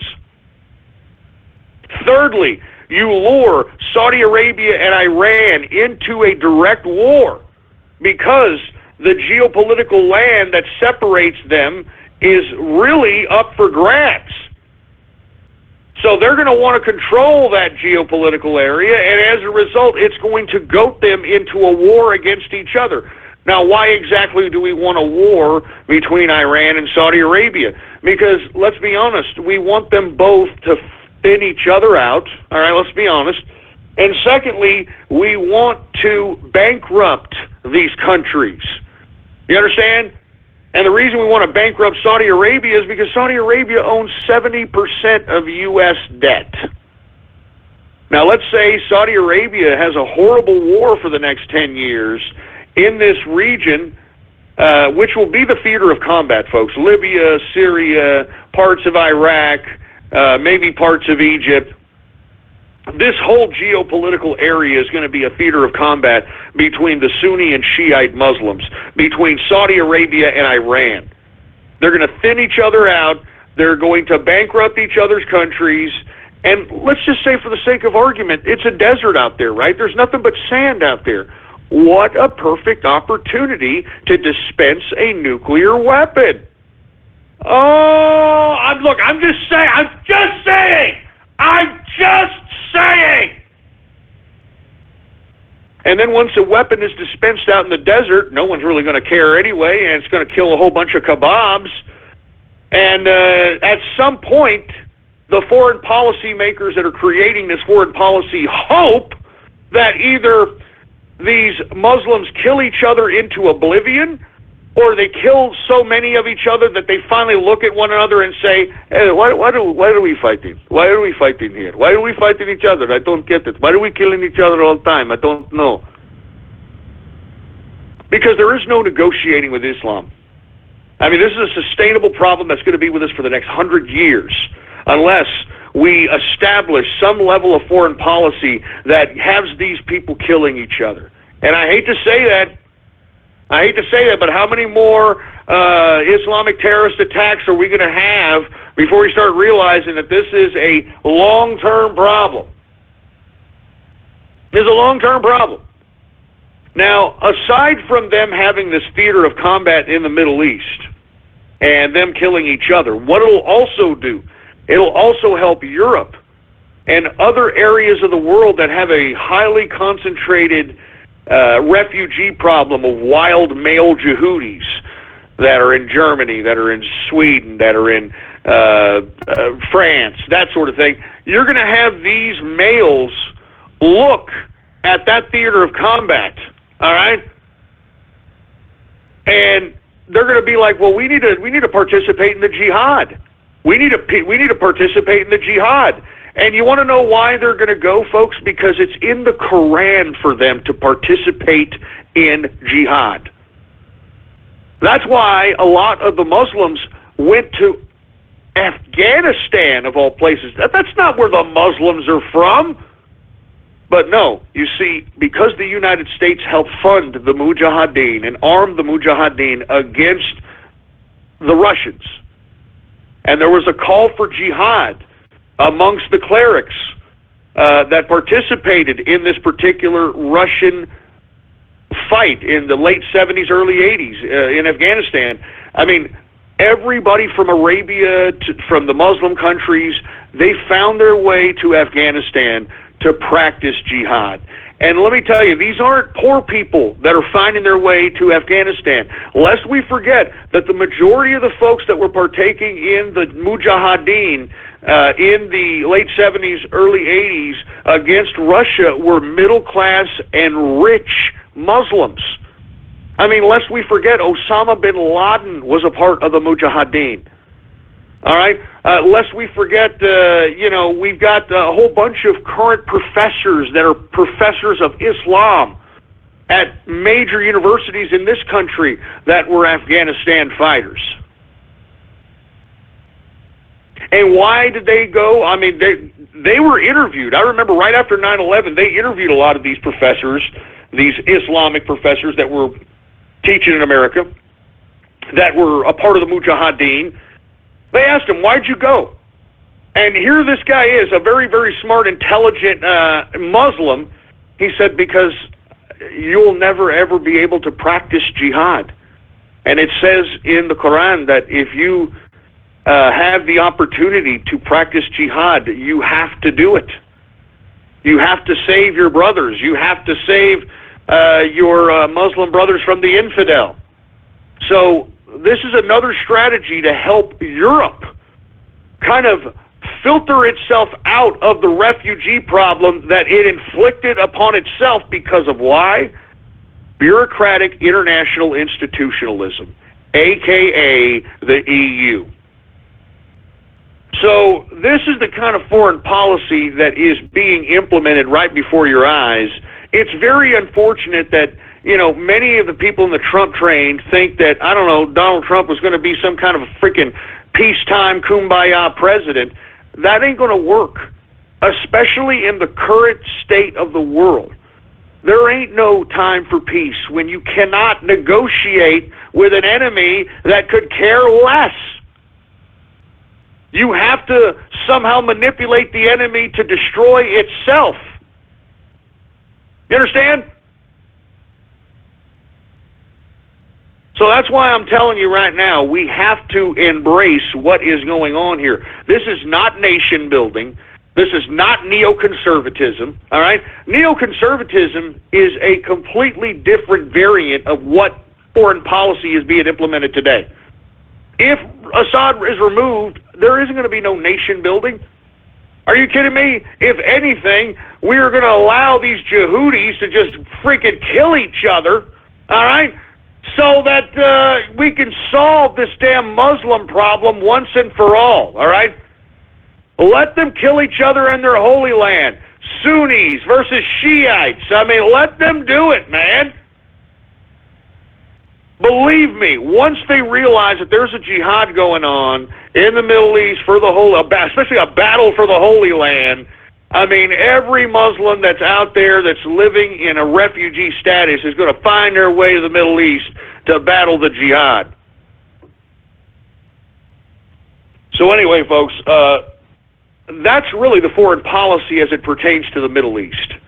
This is a long-term strategy to try to pit both Iran and Saudi Arabia against each other, utilizing the variants of Islam that they represent.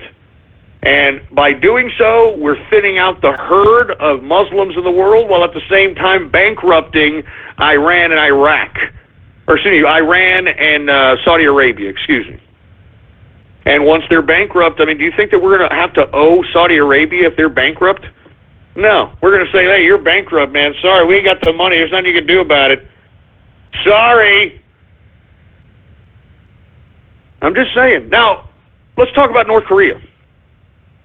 What's the strategy on North Korea?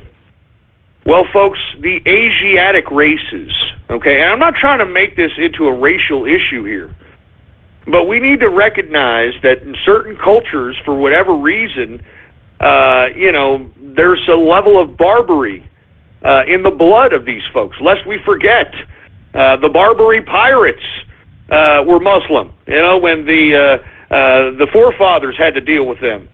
Lest we forget that the Asiatic races comprised many of the freaking barbarians. Those are damn barbarians. So, I mean, there is a certain level of empirical evidence. Certain level of empirical evidence that states that the Asiatic races, for whatever reason, have a little bit of a barbaric nature to themselves, and they want to fight. And not to mention, the racism that is embedded within the Asiatic races is unbelievable. Unbelievable. I'm not even joking around. And, to us over here in America, we look at somebody from Asia, we really can't tell, the Asians. I mean, you know what I'm talking about, right? You call somebody who's, Korean, you accidentally say, hey, how you doing, Mr. Japanese, or whatever. I mean, they're like, how dare you, motherfucker, I'm a Korean. And, what are you supposed to say? You're supposed to, look, I'm sorry, I don't have my slant eye chart here. Here, let me take my slant eye chart out of my mouth. Oh, yeah, that's right, you're Korean. But I'm serious, folks. The racism that's out there in Asia is unbelievable. And this is also another long-term problem to Western civilization. Because there's over 1 billion Chinese, all right? There's a lot of different Asiatic races out there. There's Philippines, there's Vietnamese, there's Cambodian, there's Japanese, there's Korean, there's Indo-Chinese, I can go on and on. All these races do not like each other, all right? They do not like each other. So we're going to see a boiling over of this racism here in the next 10 to 15 years, if not sooner. So why not kind of why not set off, for a lack of a better term, a theater of combat that opens up those wounds to the Asiatic racism amongst their own Asiatic races so that they can have a conflict with one another. Now, I know this sounds very, very evil, folks, and you're like, Ghost, are you kidding? What are you talking about? You're talking about setting people up so they can kill themselves. I mean, what kind of a madman are you? Hey, this is foreign policy, baby. You understand? This is foreign policy. Sometimes people ain't going to... You can tell people till you're blue in the face, and they ain't going to learn until their lives are on the line. Always remember that, folks. Look at these losers that left the Trump train because, things didn't go my way. It didn't go the way I wanted it. My, me, I. It's all about me, I, my. I mean, look at all these losers that just jumped off the Trump train, for heaven's sake. You can't talk to people. I mean, let's be honest, for the most part, people are very susceptible. They're naive. They're not very smart. I mean, I hate to say this. Let's be honest. I mean, take a look at all the people that left the Trump train, for Christ's sake. You call those people smart? They're idiots. just like the social justice warriors, just like the liberals, for Christ's sake, man. They are self-absorbed in bad lighting, for Christ's sake, man. Self-centered in bad lighting, for Christ's sake. I mean, hey, asshole. That's why we call this the Trump train. There's a lot of us in America, okay? There's a lot of us on this world. Just because something didn't go your effing way doesn't mean that, oh, you know what, I hate Trump now. Oh, no, I hate him. Stupid son of a bitch. I'm telling you, each and every one of you that turned against the Trump train, get out. We don't want you anymore. Get the hell out of here. Go become a liberal where you belong, you scumbag. This foreign policy is way above your goddamn pay grade, you stupid sack of crap. Anyway, the North Korea thing. Let's go back to the North Korea thing. We take out North Korea.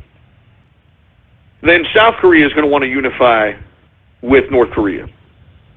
And then that's going to encourage other areas within Asia to want to reunify with certain geopolitical areas, and so on and so forth. There's a lot of history in Asia that these people just can't let go of. I'm telling you this right now. I mean, the Chinese hate the Japanese hate the Chinese, the Vietnamese hate the Chinese, the freaking Cambodians hate the Vietnamese and the Chinese.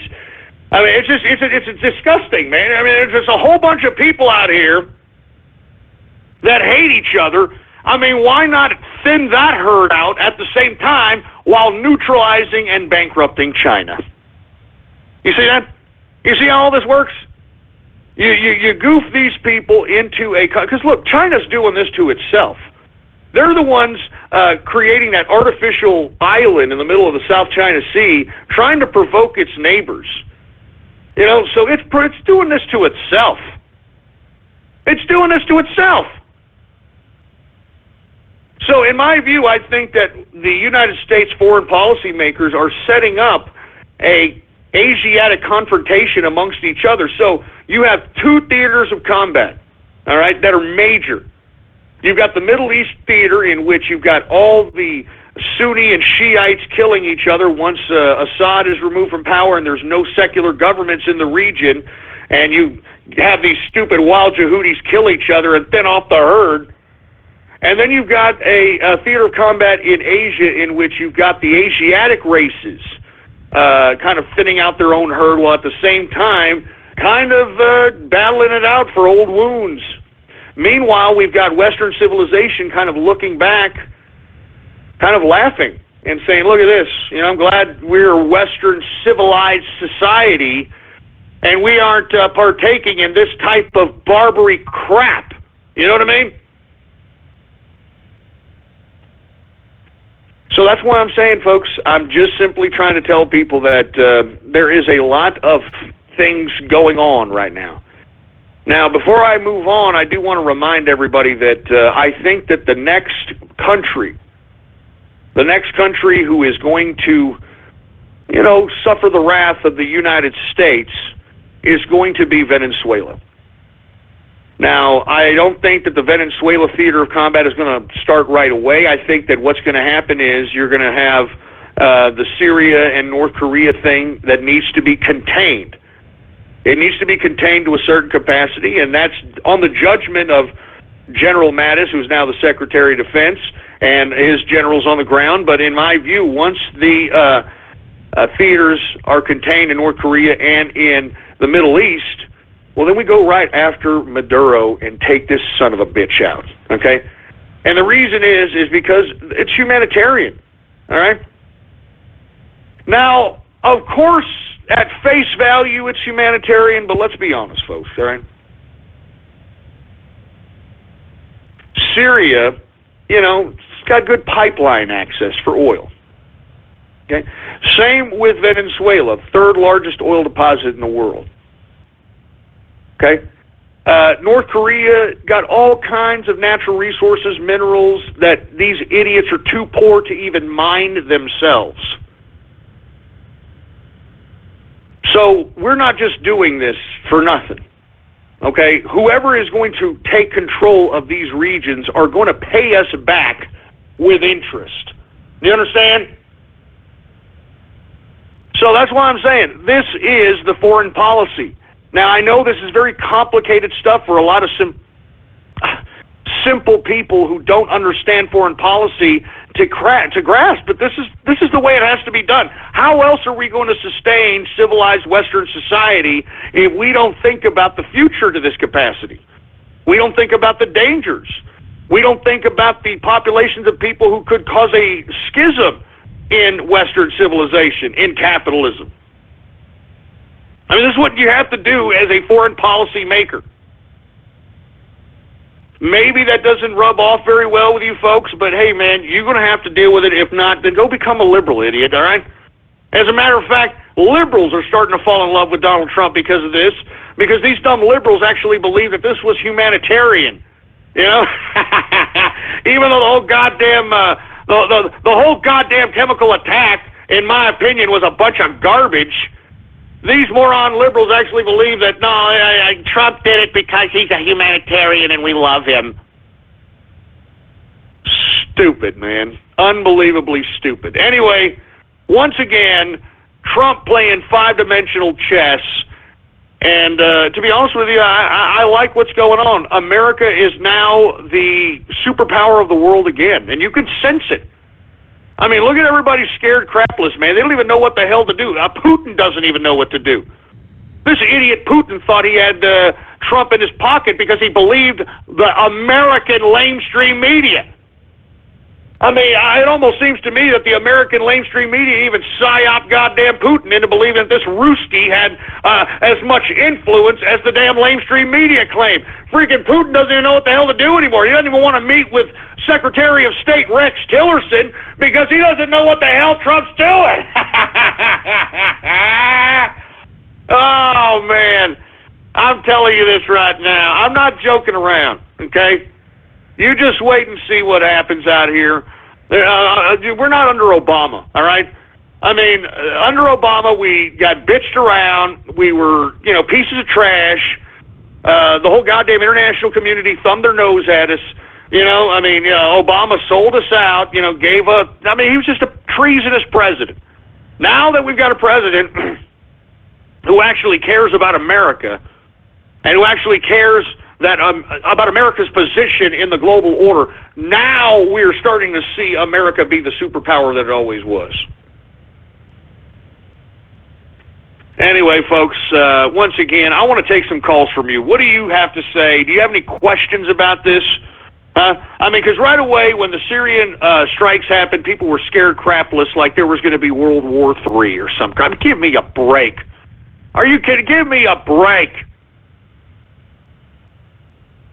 Look at it now. It's no big deal, you stupid, dumb morons. It's freaking worse than liberals, man.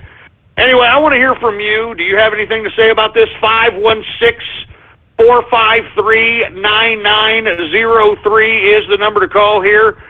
I want to hear from you. What exactly do you think about this foreign policy that I'm trying to lay out in very simple manner and in a language that everybody can understand out here? What does everybody think about this? This is the way foreign policy is created, man. I mean, this is not the way Ron Paul thinks that goddamn foreign policy is made. We already did what Ron Paul is suggesting. Well, don't do anything. We just go out there and just take our troops out. And shut up, Ron Paul. No, but we gotta be a peacemaker. We gotta shut up. It doesn't work that way, all right? I mean, wasn't that the foreign policy of Barack Obama? That, he was going to be Mr. Talker-in-Chief? I mean, that was his foreign policy. Hey, don't worry, America. The world will love me. Don't worry, America. The world will love me. And look at where we're at. Look at where we're at, for Christ's sake. Anyway, I want to hear from you. What do you have to say about this current foreign policy being implemented by Donald Trump right now? Are you critical of it? Do you think it's a good deal? Do you think that it's neoconservative? I'd like to hear from you because I will tell you exactly what it is. All right? I mean, I tried to explain in great detail what it is. It's not neoconservative. Neoconservative is democratization by force, meaning we go, we take down the regime, and then we, as the American people, the American military, rebuild it and force democracy on whoever we conquer. That is what neoconservatism is. All right, that's what it is. Anyway, I want to hear from you, 516-453-9903. Let's take some calls here. How about 614? What do you have to say about this foreign policy? How can we prevent Venezuela from becoming Iraq 2.0? Well, unfortunately, we can't. All we can do is take out Maduro and the infrastructure of the communist government. And there is an opposition party. There are opposition members out there. Right now, Venezuela, under the behest of Maduro, has basically made the opposition party leader, has outlawed him from participating in the presidential election. So Maduro is acting like a true communist dictator. He will not allow the current opposition leader to run against him in any election. And you see, this is really where the United States needs to capitalize. We don't need boots on the ground to get rid of Maduro in Venezuela. If we dropped a bomb on this idiot and kill him like we did, or I'm not sure I should say we, but Pinochet did Allende in Chile, throw a couple of goddamn rockets in this guy's palace. I mean, who would care? I mean, seriously, who the hell would care? I mean, I would like to see somebody to stand up for Maduro, who is starving his own people. I'd like to see somebody stand up and defend Maduro. This guy's starving his own goddamn people, folks. And the bad part about it is it's his own incompetence is the reason why Venezuela is starving. Folks, once again, I want to repeat this because you have to repeat things over and over and over and over again so it can sink into people's heads. What communism and socialism is that you as an individual are no longer an individual. You relinquish your individual choices, your individual rights, your individual freedoms, and you give it to the state. And then the state acts on your behest and makes every decision for you. And that includes how much food you get, that includes what kind of house you get, that includes everything. Now, unfortunately, and I'm going to repeat this again because it bears repeating, that the communist government of Venezuela, during the time in which barrels of oil were over $100 a barrel of oil, these morons in the Venezuelan government actually central plan, because that's what they do. Communist central plan for the future. That's why they call it communism and socialism. It's central planning. It's the basis of goddamn socialism and communism. They social planned everything. I mean, they social plan how much medical supplies the damn country's going to have, how much food's going to have, how much electricity are they going to have, that sort of thing. They based it on the projections of $100 a barrel of oil. Because remember, Venezuela's got the third largest oil deposit in the world. So they based their projections of central planning based upon $100 barrels of oil. Can you believe that? $100 barrels of oil. Hey, folks, 2 years ago, it was $29 a barrel. So that means that their projections that they were supposed to allocate for their own people in Venezuela, it wasn't allocated. So that's why you've got so many starving people and so many sick people, because there's no medical supplies. That's why they're having rolling blackouts. I mean, the central planners screwed up. And there's nothing the people of Venezuela can do about it. That's what I'm telling each and every one of you pro-commie, pro-socialist ass clowns. Once you submit to communism and socialism, you have no rights. You have no rights. Just take a look at the people in Venezuela. They can't do anything to the government. And the government refuses to even acknowledge they did anything wrong. They refuse to acknowledge that they even did anything wrong, for Christ's sake. So Venezuela is the perfect poster child of why communism and socialism doesn't work. But you see, you try to tell that to some commie or some socialist out in the street, you know what they're going to tell you? Well, that's not really communism. No, that's not really socialism. Shut up, you stupid morons. I'm telling you, I mean, this is why I'm saying this serious strike shows you how stupid people really are. I mean, you have all these people that were so loyal to the Trump train, and then because something they didn't like, one thing they didn't like, all of a sudden they're backstabbing like a bunch of inconsiderate, self-centered assholes. You know? No loyalty whatsoever. That's why I'm saying these people are always liberals. These people that are backstabbing the president right now, you people are pieces of trash. I spit on you people. You understand me? Puh! I spit on you people! You've got no loyalty, for Christ's sake! You'd probably sell out your own kid for a piece of poontang, you ungrateful pieces of trash!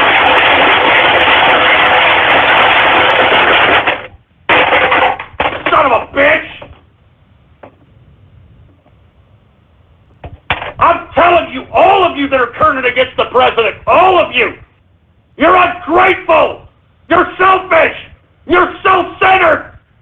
You think the world revolves around you? There's 350 million people on this country, you stupid dumbass.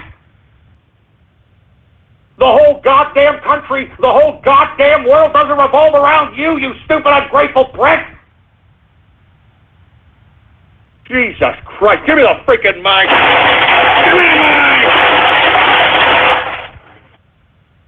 But no, you would think, because all these people like, I'm renouncing Trump, Trump's a neocon, hell, the hell with Trump.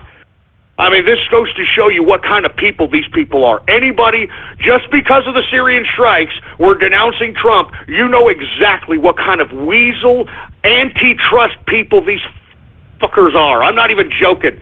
I hate weaselly assholes like that. Sit over there and give you your undying loyalty, but once you do something they don't like, one effing thing they don't like, they act like you're quintessential broad, you know, and no, I don't like it. I hate Trump now. I hate you. Well, you know what? Good riddance, you assholes, all right? Don't let the door hit your asses on the way out. You people are traitorous pieces of crap. You know, it's people like you are the reasons why our goddamn world is being flushed down the proverbial toilet. You people are unloyal. You people are pieces of trash. And I spit on you once again. Puh! I spit on you people!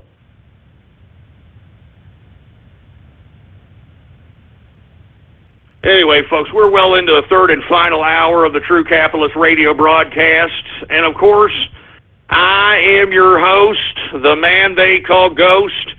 And once again, folks, I want to thank everybody for tuning in with me. Before we get started on anything else, I'd like for everybody to please spread it around, spread it around, spread it around like wildfire. And let everybody know that True Capitalist Radio is in effect and in the house. And we are live every Monday through Friday, 4 p.m. Central Standard Time, right here on the official website of the True Capitalist Radio broadcast. And it is blogtalkradio.com/ghost. That's blogtalkradio.com/ghost. And, of course, if you have not done so, please follow me on Twitter and Gab. Gab is the Twitter alternative, of course. You can follow me on both of those social media under the name Politics Ghost. All one word, no underscores. Politics Ghost is the name to follow, all right? Now, let's go ahead and get into some news here that I'm just going to go ahead and randomly cover because we ain't got that much time. I did want to dedicate some of this time, like I said, to describe the current foreign policy that's being implemented by Trump. And I also want to emphasize that all you people that are turning your backs on Trump because, I don't like what he's doing now. I don't like it. Well, then piss off, all right? Piss off, you freaking ballless asshole. Get out of here. You stand for nothing. You understand that? You're going to turn your back on Trump? You stand for nothing. You're a yellow-bellied piece of crap, and you're the reason why our country's down the proverbial toilet. Freaking self-centered and bad lighting, you pricks, man. Swear to God, I swear you would sell your kid if it got you a decent piece of poon, wouldn't it there, boy? Stupid, man. All of you that were out there, I don't like Trump. Shut up!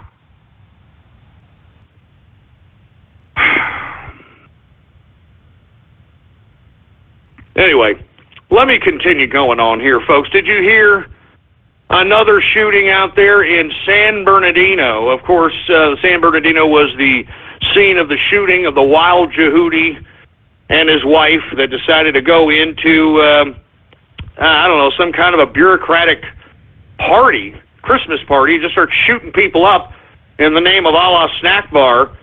Well, folks, we have now got another shooting out there, this time at an elementary school, North Park Elementary. 2 adults died in the shooting. Apparently, this is a murder-suicide. 2 dead, 2 adults dead, 2 children critical after this shooting out here in an elementary school. Once again, things are just barely starting to trickle in as far as facts are concerned. The only thing I did not like, all right, the only thing I did not like was the uniform way in which these students were coming out very calmly, you know? Like there was really nothing going on. I mean, everybody, it looked like a goddamn fire drill, for heaven's sake. And when that happens, folks, I just, you know, it doesn't rub me the right way, all right? It doesn't rub me the right way. So before I pass judgment, I just want to say that once again I find this shooting, it seems like an 8-year-old boy was also killed here. Okay, it seems 8-year-old boy, teacher, and the gunman, they are now dead. So it just seems to me a little fishy, you know, got all this going on in the news, and then all of a sudden a shooting in the same city in which we've had another shooting. I don't know. I'm not calling it a false flag just yet. I'm just saying that, you know, when things don't add up, you just can't believe what you see on TV, folks. And the reason I say that is because we all know that chemical attack that we all saw was a farce. It was fake. We all know it was fake. Well, at least those of us that can think, those of us that have some kind of common sense. But Mr. and Mrs. Joe Sixpack didn't think that was fake. You understand? I mean, they wouldn't think that that was fake. They'd think that those were actual kids being, you know, subjected to chemical attack. They look like people suffering. And you see, folks, if Trump would have done nothing, then the deep state would have found him incompetent and tried to use that against him to get him out of office. And that's what all this comes down to. Anyway, I don't want to get too off subject matters, but once again, San Bernardino shooting at North Park Elementary, 8-year-old boy dead, teacher dead, and a gunman killing himself. What is described as a murder-suicide. So it's really, really big in the news today, folks. But once again, be vigilant, because it seems a little fishy, just to say the least. Anyway, let's continue going here, folks. I want to talk about some different subject matters. I want to talk a little bit about an article that I had tweeted out earlier today, in which it was titled, "Muslims are the new feminists," or the true feminists, excuse me. Let me go ahead and tweet this, all right? Muslims are the true feminists. Here it is right here, folks, all right? Let me go ahead and retweet that. You see that? Muslims are the true feminists. Now, it's a Huffington Post article, and I thought it was satire. I thought it was just like, they're just satirists, and, No. You know what's happening here, folks? They are dead serious in saying that Muslims are the true feminists. I mean, look, I just retweeted that article right now on my Twitter account. They actually believe this. And folks, I've said this time and time again, if you are a feminist and you actually believe that Muslims are the true feminists, or if you're a feminist and you're marching with a woman with a hijab, then you are the biggest hypocrite on the face of the planet. And I've said this time and time again, if you are a feminist and you're marching in the same march as a woman in a hijab, then you need to shut your mouth and get back in the kitchen where you belong. Do you understand that? You need to get back in the kitchen. Because let me tell you something, that woman that's wearing the hijab, she knows her goddamn place. She would not be there marching with your dumb feminist ass if she didn't have her husband's permission. That's why she's wearing the goddamn hijab. You understand that? Because she's obeying her husband. She's doing what her husband tells her to do. So for you feminists to sit here and say that, oh, I'm a feminist, hear me roar, and you're freaking marching with some woman with a damn hijab, then shut your stupid mouth, all right? I don't want to hear your goddamn stupid patriarchy, stupid, dumb, rhetorical crap. Just shut your stupid mouth. Get in the goddamn kitchen where you belong. Butt naked, bent over backwards, making some goddamn edible goddamn food. God damn, I'm sick of you feminists, man. I mean, does this make any sense that Muslims are true feminists? Muslims are true feminists.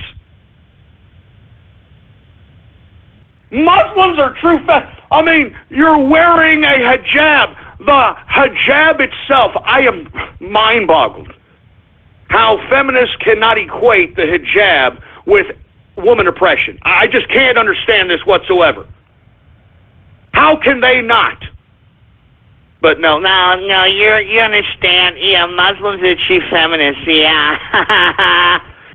Hey, how come I never hear about feminists talk about how when females are born in the Muslim world, that their clitorises are cut off? I'm not joking around, folks. I'm not saying this to be vulgar. I'm not saying this to be shocking. It's the goddamn truth. How come we never hear feminists talking about that? Maybe, just maybe, that's the reason why you've got so many Muslim women voluntarily becoming subjugated. Because they don't know what it feels like to be sexually gratified because they got that taken away from them the way they were born, for Christ's sake. So that's why I'm saying, folks, I mean, how come the feminists aren't talking about that? Is that true feminism, feminists? Huh? You got Huffington Post writing this article that Muslims are the true feminists. So you mean to tell me that cutting a clitoris off is all right there, boy? I'm serious. Is that what you're saying there, boy? I'm telling you, feminists nowadays are such hypocrite broads, man. That's why, I don't want to hear feminism. I don't want to hear about, oh, women are oppressed, and I don't want to hear this crap. You understand that? You would not be able to do that humiliating, that utterly humiliating march called the Million Women's March anywhere else other than Western civilization. If you were to have done that in a Muslim world, you would have been bludgeoned. You women would have been bludgeoned with a freaking nightstick. You understand? I mean, you would have literally been maybe hosed with a spray. I'm not even joking around. They would have not let you do that whatsoever. You know, speaking of feminists and speaking of women who are out here trying to virtue signal, utilizing Islam to do so, did you hear about old Janet Jackson there? Oh, did you hear about that? Control! Did you hear about Janet Jackson? Where you folks are unaware, Janet Jackson decided that she was going to virtue signal and marry herself a Yehudi and, actually go the whole route. She wanted to be all Muslim. She wanted to wear the beekeeper suit and all that other crap, right? That was up until their child was born. And then once their child was born, she realized that, oh, my God, what am I doing here? How do they want to raise my child? Look, here it is. Look, let me go ahead and retweet this. Look at this. Janet Jackson is getting a divorce months after having a kid with some Yehudi. And look at her right there. She's wearing the beekeeper suit. She thinks that she's liberated. She thinks she's virtue signaling. There it is right there, feminists, all right? There it is. This is Janet freaking Jackson. This is the same broad who did Poetic Justice and who probably did the wild thing in real life, in my opinion, with one Tupac Shakur during that movie, all right? I'm not joking around. I mean, this is the same broad who was out here sexualizing herself throughout the goddamn 90s, out here selling sex as a goddamn weapon, and now she thinks she's going to virtue signal by wearing a goddamn hijab and marrying a goddamn Yehudi. I mean, it's freaking ridiculous. And where are the feminists to talk about Janet Jackson? Huh? Is Janet Jackson not a true feminist now because this woman doesn't want to wear the goddamn beekeeper suit? Damn boy! I mean, I'm just saying, it doesn't even make any sense. It makes no damn sense, and it makes me sick. I mean, women need to realize that the hijab, all right, any woman wearing a hijab or a burqa, that is a symbol of woman oppression. And let me tell you something. I'm not the most favorable to women. I'm going to be honest with you. I'm not. You know, I actually think that women will disappoint you. I hate to say it. I'm sorry, but I still think that the damn hijab is a sign of woman oppression. I would not put a woman in a hijab. But I'll tell a woman to her face that I think that she may be above her pay grade at least 9 times out of 10. And the only reason I say that, folks, is because take a look at all the woman leaders that have literally let us all down. I mean, did you have that woman that got impeached in Brazil, that disgusting, despicable cult follower leader in South Korea, the broad in Argentina. I mean, you got Angela freaking Merkel out here. I mean, I can go on and on. I mean, I'm just saying, women tend to let us down when they're in leadership positions, okay? I'm just saying. And look at Le Pen out here. Le Pen, speaking of women leaders, I have to say this. All right, I just have to say this. Marine Le Pen, what the hell's your problem? You stupid, dumb, idiot bitch. I'm sorry. I'm sorry I have to be so vulgar, but you're literally leading the polls. Okay? You're leading the polls. You don't need to say anything stupid. And what does she do? She invokes Jews. Oh, Jesus Christ, man. She invokes the Jewish question right in the middle of a goddamn election. Like, that isn't going to cause any kind of goddamn waves, you stupid, dumb cunt. Jesus Christ! I mean, here we are. We're trying to take global institutionalism down. We're trying to use you, Le Pen, to take your ass out of the goddamn EU, and you go out and say something stupid like that? You stupid broad! Give me the mic! She comes out, Le Pen, all right? She comes out, and she questions whether French were even involved in any of the wartime Jewish arrests. Now, whether you agree or disagree with this topic, it doesn't matter. She shouldn't even be invoking it, all right?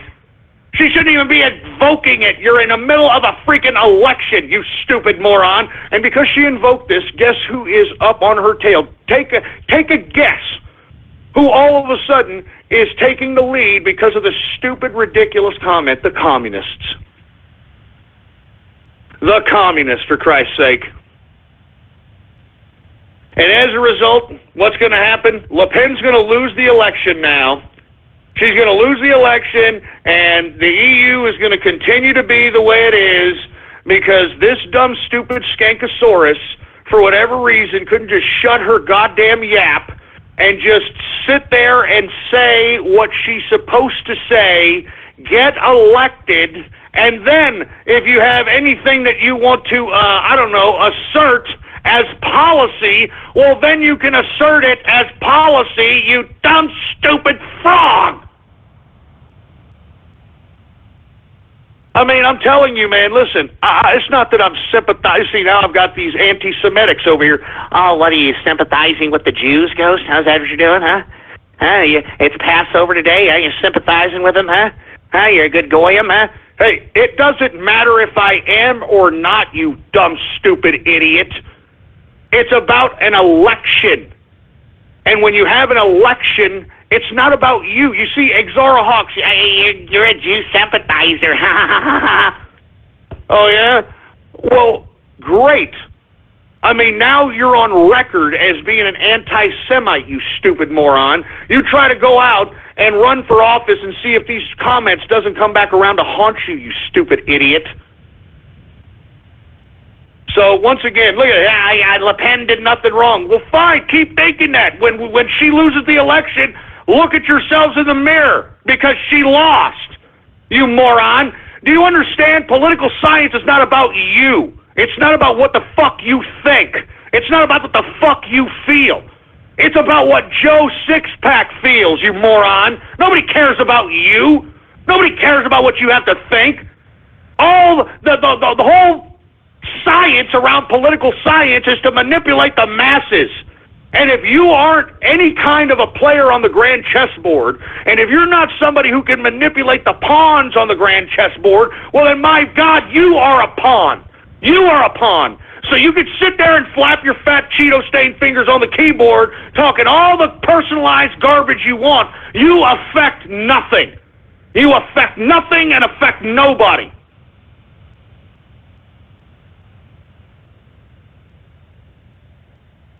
So that's what I'm saying, man. I mean, look, you could sit here and say, oh, that's not, she didn't do anything wrong. We like Le Pen. That's great. Good for you. You aren't the whole of the masses. You are just one insignificant pile of human protoplasm that is insignificant in the aggregate of numbers. And you see, that's what many of you that are hopping off the Trump train don't understand. It's not about you, you freaking selfish pricks. All right, we got a whole country of people that this government and this president have to worry about. All right, you people are, Le Pen, she didn't do nothing wrong. Oh, great, to you she didn't do nothing wrong, you idiot. But to the masses, that ain't going to rub the masses the right way. You ain't going to win elections saying crap like that, man. And only a stupid bitch, excuse my French, I'm sorry, only a stupid, dumb, skankosaurus woman would just blurt something out like that without thinking twice that, oh man, we're so close to an election, I better shut my yap before my mouth writes a check that my ass can't cash. So look, I don't care if you think that it's a great thing that Le Pen said it, you moron. I don't give a crap if you think it's great. It's not great in the scheme of things because now she ain't going to win the election, you stupid, ungrateful pricks. And that's what I'm saying. All of you that are out here, they're like, oh, she didn't do anything bad. It doesn't really matter. That's why you haven't gone anywhere in life.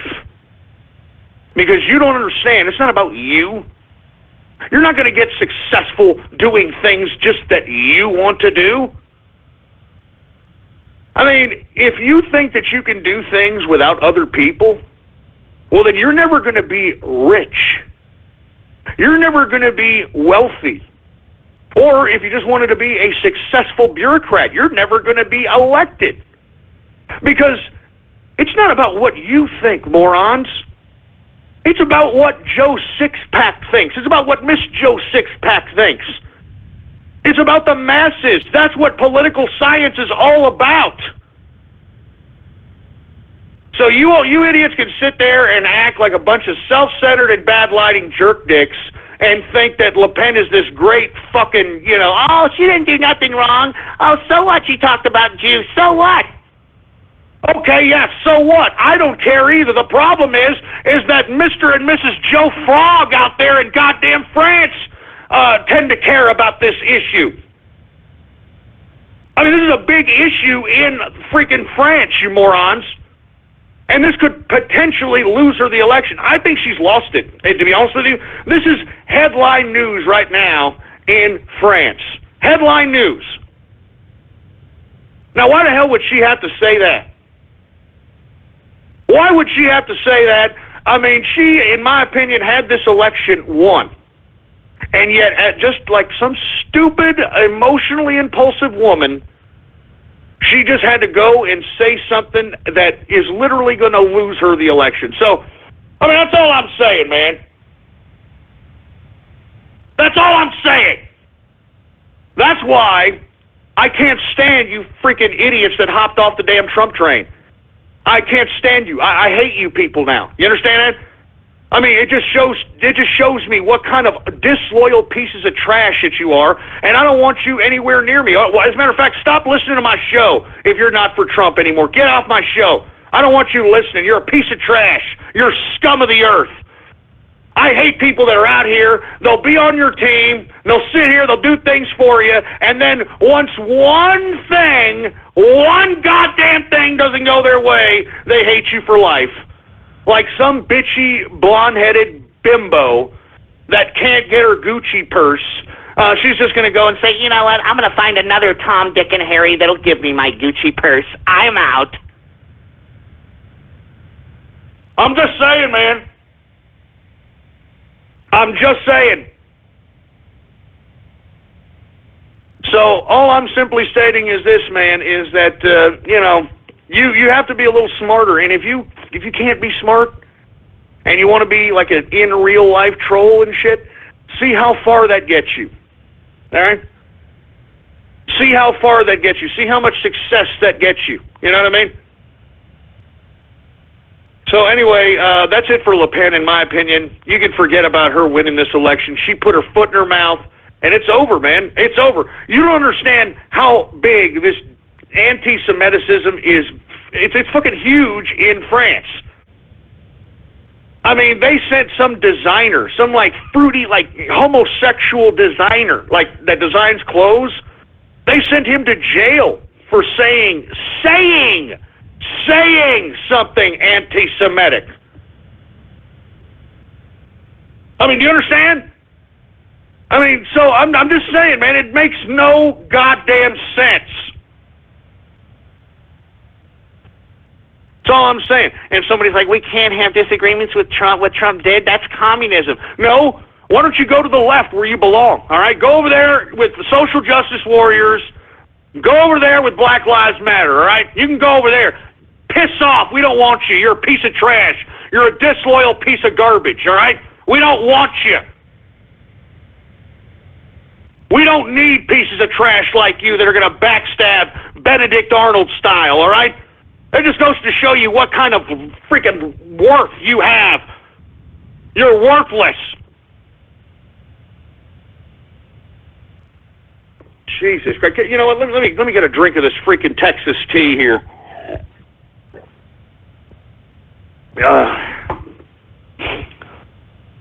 All right, you know what? I've had enough. You know what? Let's take some questions here.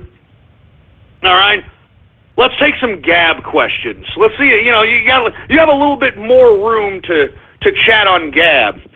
So I'm going to be taking some Gab questions right now, folks. All right, here for the next 10 to 15 minutes, and then we're going to go into Radio Graffiti. So if you have anything you'd like to ask yours truly, all right, ask me on Gab. You can just Gab me right now, Politics Ghost, all one word, no underscores, Politics Ghost is the name to follow, all right? And at the same time, you can message me any question you'd like answered on the broadcast here and now. What do you think about Fox bringing back the show Love Connection this summer? I actually like dating shows. I think I said this yesterday or day before yesterday. I love dating shows. As a matter of fact, I think gentlemen should be watching old episodes of Blind Date just to show you how obnoxious gentlemen can be whenever they invoke sex too early in a first date. Okay? Jesus Christ, man. Anyway, let's continue going here. Oh, and first and foremost, I also want to say happy birthday to one Raiden Snake. I know that his birthday was Saturday, and it landed on the Saturday Night Troll Show. And I did not want to say happy birthday to him then because I figured that many of those goddamn trolls, would sit there and make fun of the man. But I do want to say happy birthday to Raiden Snake. I know that he was out there partaking in, some festivities in London, Stan. And I hope that he's doing all right. So happy birthday to you. Happy birthday to you.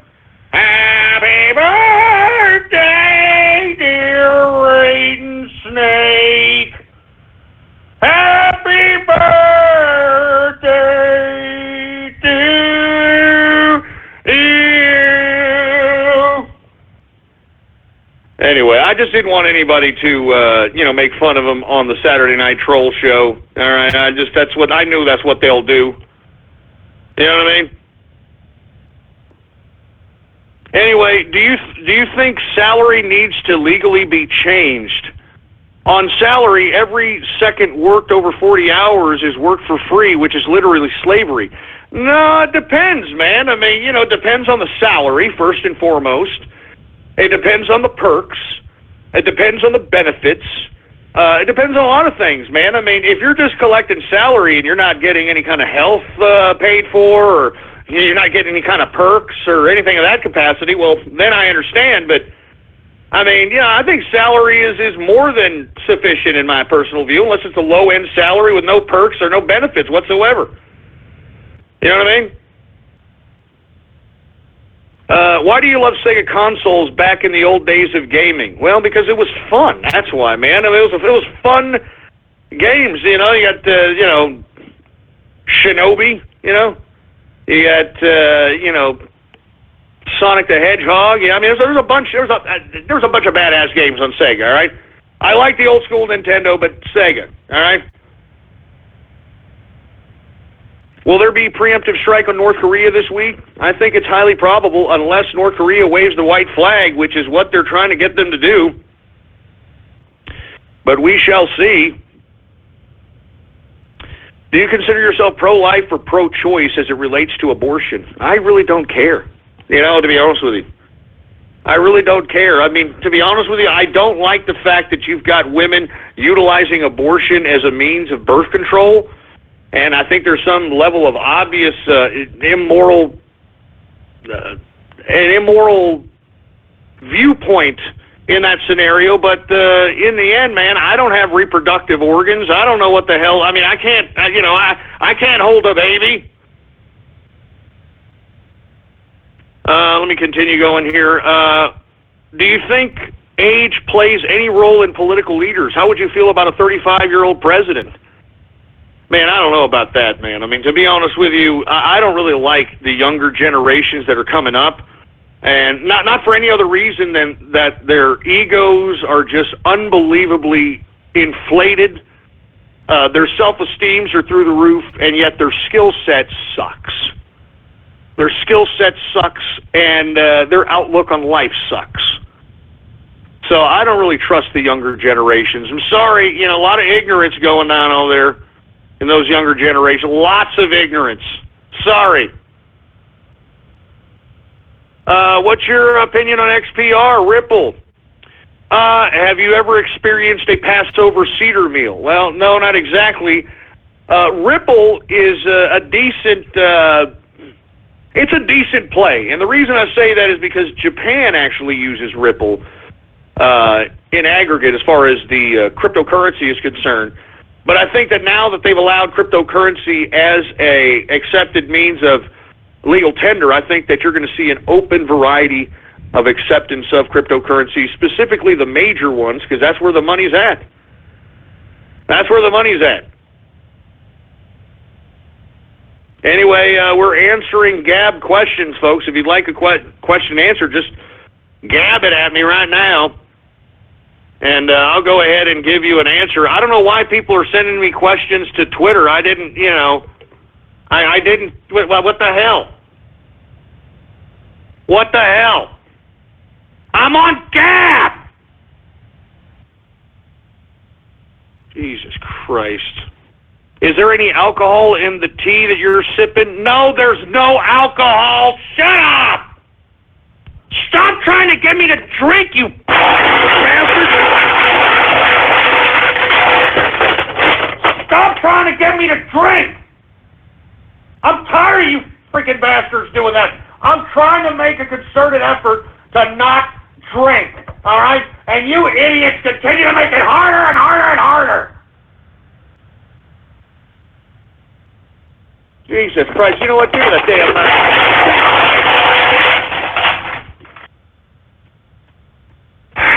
Jesus Christ, man. Stop it with the beer crap, all right? What's the minimum amount of money you'd have to have available before you were comfortably investing? You can have any kind of money, man. $500, $1,000. I mean, you can invest with $200. I mean, you can do whatever it is that you want. There's a variety of different strategies to invest. Let's say that you can only, save maybe about $200 a month.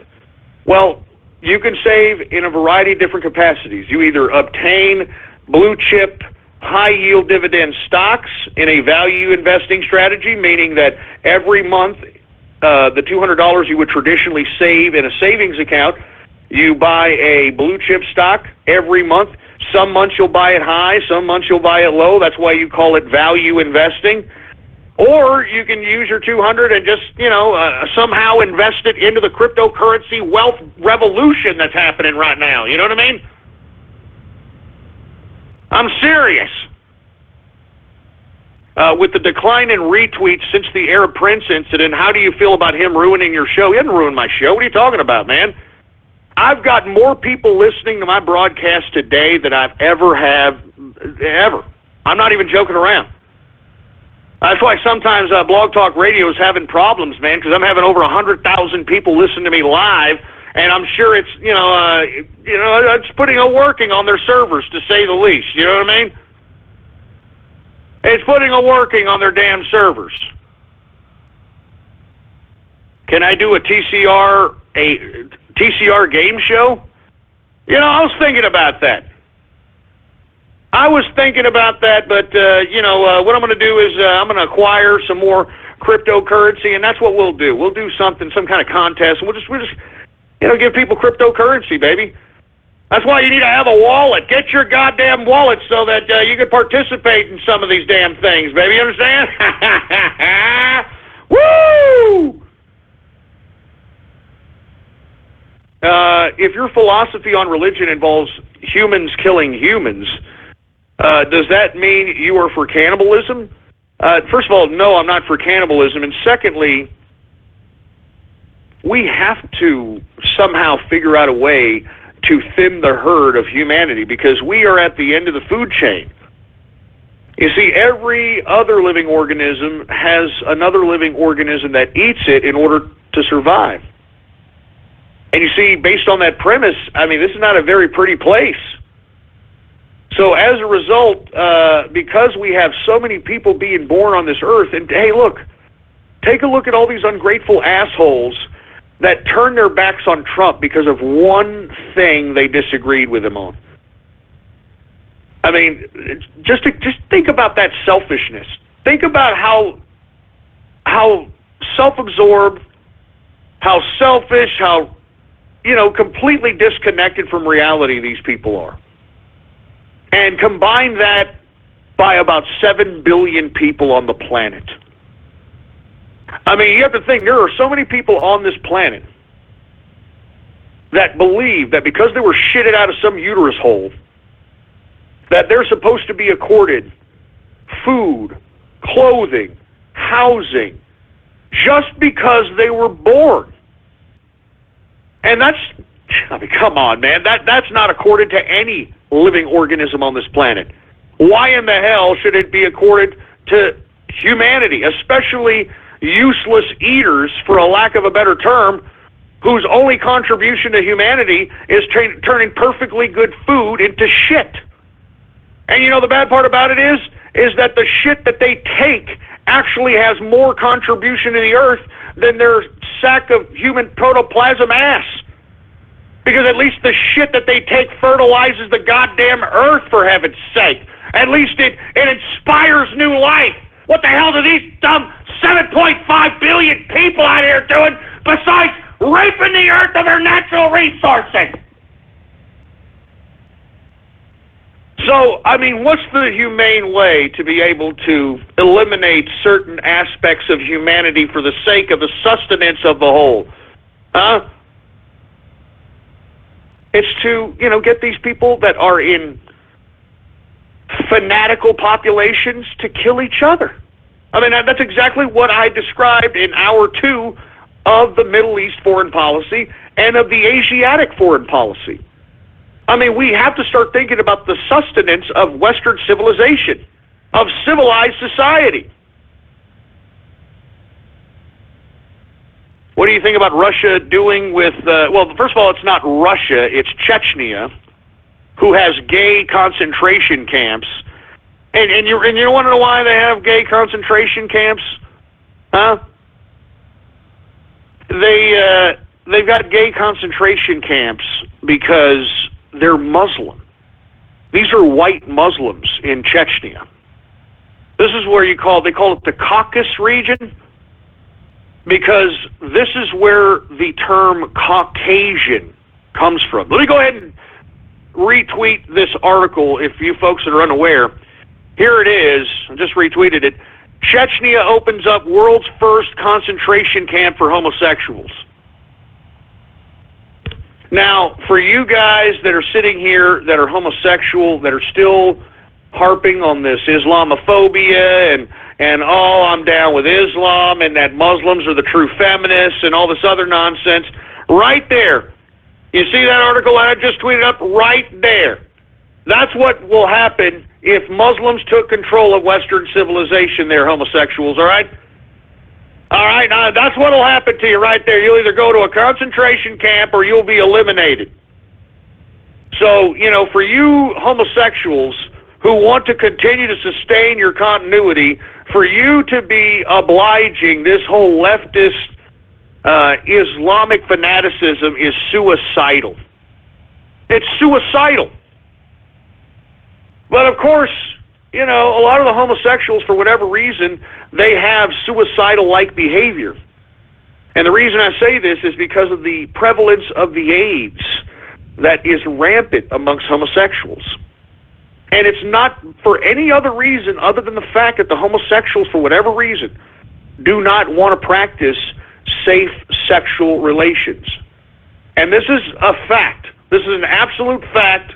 You can take a look on Craigslist, all right? I hate to say this to you guys, but take a look on Craigslist and Casual Encounters, all right, and take a look at the male for male section and take a look how many people are asking for quote-unquote bareback sexual relations. Now, before you go, please, viewer discretion and advise. It's freaking disgusting X-rated crap. But you see, they're on Craigslist asking for barebacks. They're asking to take loads and that sort of thing. And the only reason I'm talking about this so vulgar is because, I want the homosexuals to know that you can't hide behind, oh, you're just homophobic. Oh, you don't know what you're talking about. Hey, I'm not homophobic. I know exactly what I'm talking about. You homosexuals, for whatever reason, you participate in this suicidal-like behavior by going out having anonymous sex, okay? Having anonymous sex, and for whatever reason, you don't want to have any protection. You don't want to have any I don't get it. I don't get it. But either way, all right, either way, it's easy for you to sit here and try to, bolster some kind of virtue signaling by claiming that you're on the side of Islam. Well, out there in Chechnya, and these are white Muslims in Chechnya, mind you, okay, that are now sending gays to concentration camps, okay? So I hope that you're all okay about this now, all right? Anyway, folks, look, we got about a little over 15 minutes left in the broadcast, all right? Let's go ahead and get to everybody's favorite part of the broadcast, all right? And I'm talking about radiography! That's right, folks. Radio graffiti, the part of the broadcast where the spectators become a part of the spectacle. All you've got to do is give me a call right now at 516-453-9903. And when I call on your area code, you've got exactly 3 to 4 seconds to say whatever it is that's on your mind. That's why they call this radio graffiti, all right? And before I move on to radio graffiti, I want to remind everybody who was waiting for the My Kids merch from the Saturday Night Troll Show. My apologies. I looked at the piece. I didn't like the way it looked, so I redid it. It will be up today on Ghost.Market, folks. All right, it'll be up today, Go Stock Market, and as I stated, we sell about 20 or so of these. We will have a third hour this Saturday for the Saturday Night Troll Show, 5:30 p.m. Central Standard Time. So once again, be on the lookout for that. My kids merch, baby! My kids merch! Anyway, hey, engineer, do we got any goddamn radio graffiti calls to be had here?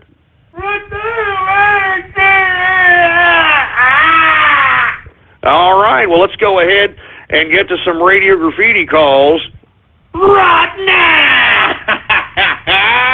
How about anonymous radio graffiti? We got pylons, radio graffiti. I am Barney Gumble. Give me another beer! More beer! Buddy, those are my quarters. Hey, this guy's paying off.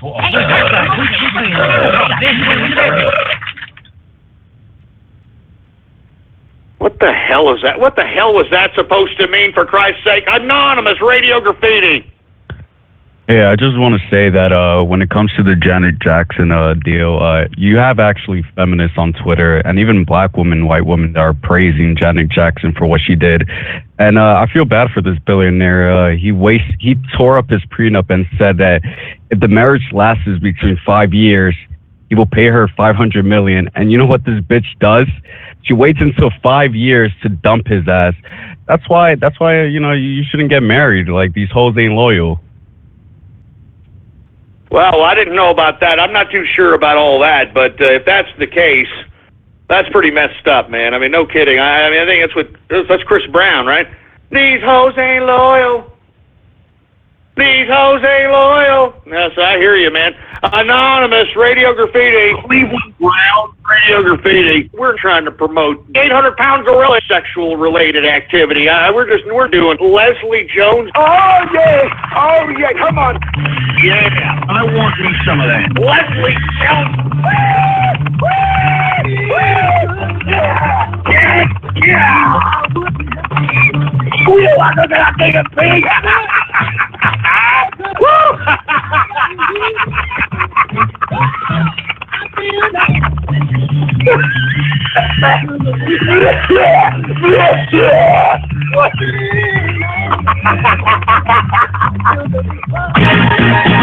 My name is Cleveland Brown. Son of a bitch. Shut up, Dad! What the hell is that?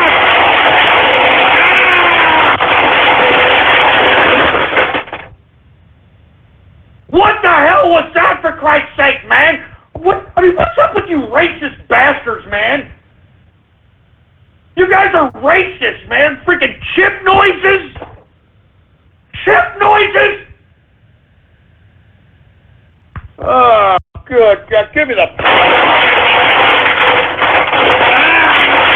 freaking mic, man. Jesus Christ, you people are sick. I'm telling you, you're going to get me pulled off the air, man. You know that? You're going to get me pulled off the air. Good God. Who else do we have here, for heaven's sake? How about 815 Radio Graffiti? Anyway, I just didn't want anybody to make fun of them on the Saturday Night Troll show. Alright, that's what I know that's what they'll do. You know what I mean? Anyway, do you think salary needs to legally be changed? On salary, every second worked over 40 hours is worked for free, which is literally slavery. You know what? I just freaking said that, asshole. I just freaking said that!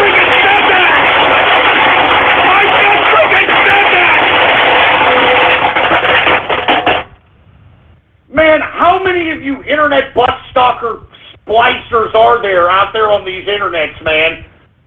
And not to mention, stop making me sound like a goddamn cartoon! Making me sound like a damn cartoon. Give me the freaking mic! Making me sound like a goddamn cartoon, you son of a bitch! How about 423 Radio Graffiti? Making me sound like a goddamn cartoon, you son of a bitch.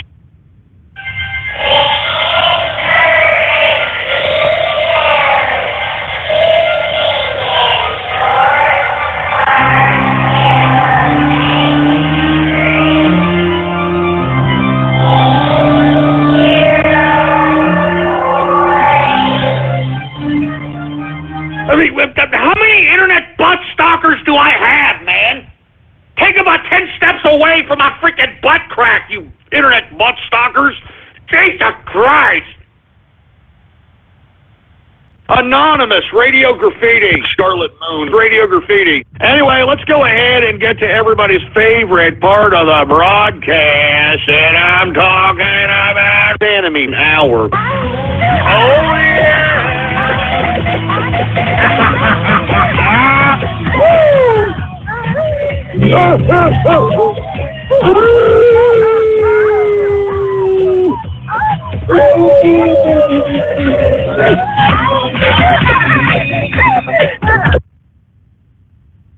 You son of a bitch. Damn it, enemy free!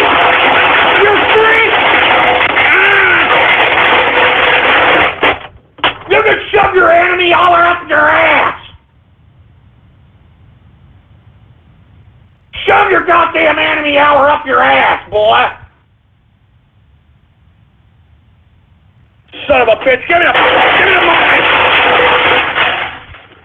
I got your enemy hour there, you pervert!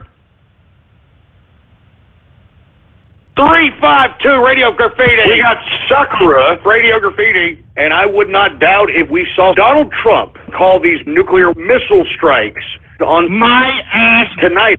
Oh, shit! Oh, Christ! Oh, Christ, no! Get away! Get away, I'm armed! Get away! You sons of bitches! God damn it!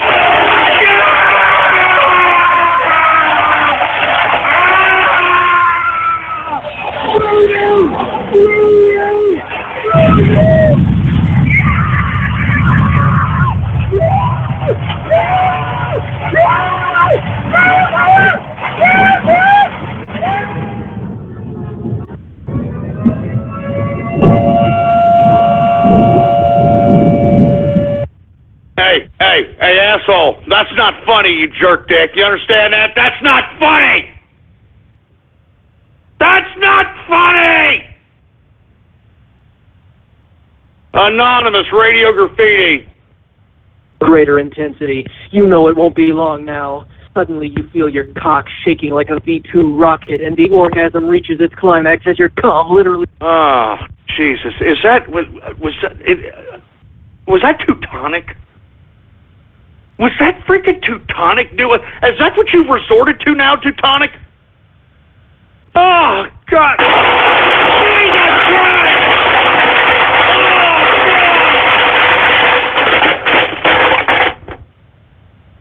Oh, God!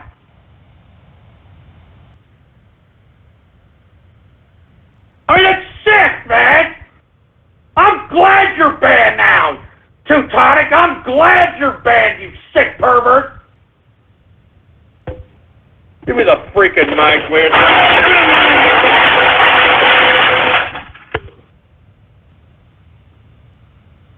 Sick-ass pervert, man.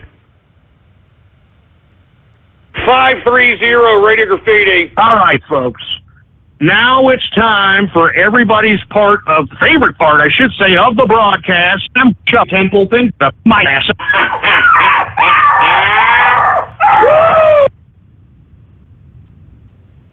Shut up and don't talk about my dog again, you son of a bitch. Do you understand me? Anonymous Radio Graffiti. Yes, I am Darth Soros, and your planet is mine. Your galaxy is mine. Your Jedi... Yeah, shut up. You don't sound like George Soros, asshole, all right? I sound like a... Ah, yes, I am George Soros, and I like blood. I like watching people suffer, because this world is mine. Everything is mine. So try to learn how to do that first, moron. Anonymous Radio Graffiti.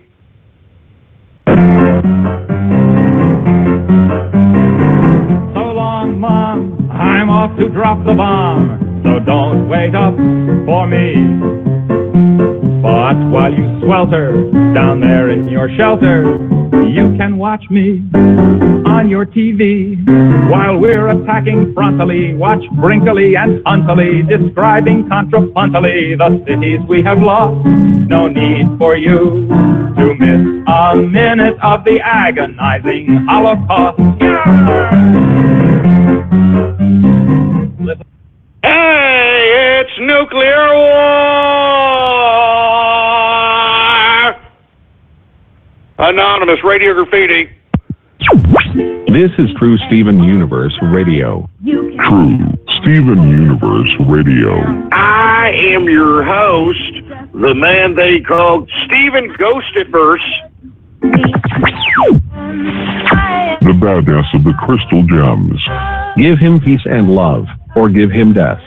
Why are you crying? Stop it, please, baby. Stop it. Broadcasting from his temple house in Beach City, Delmarva. Yes! Yes! Yes! I freaking love this quartz crystal gemstones. Woo! And now he will take it from here. Your host, the real leader of the Crystal Gems, the man they call Steven Ghostedverse.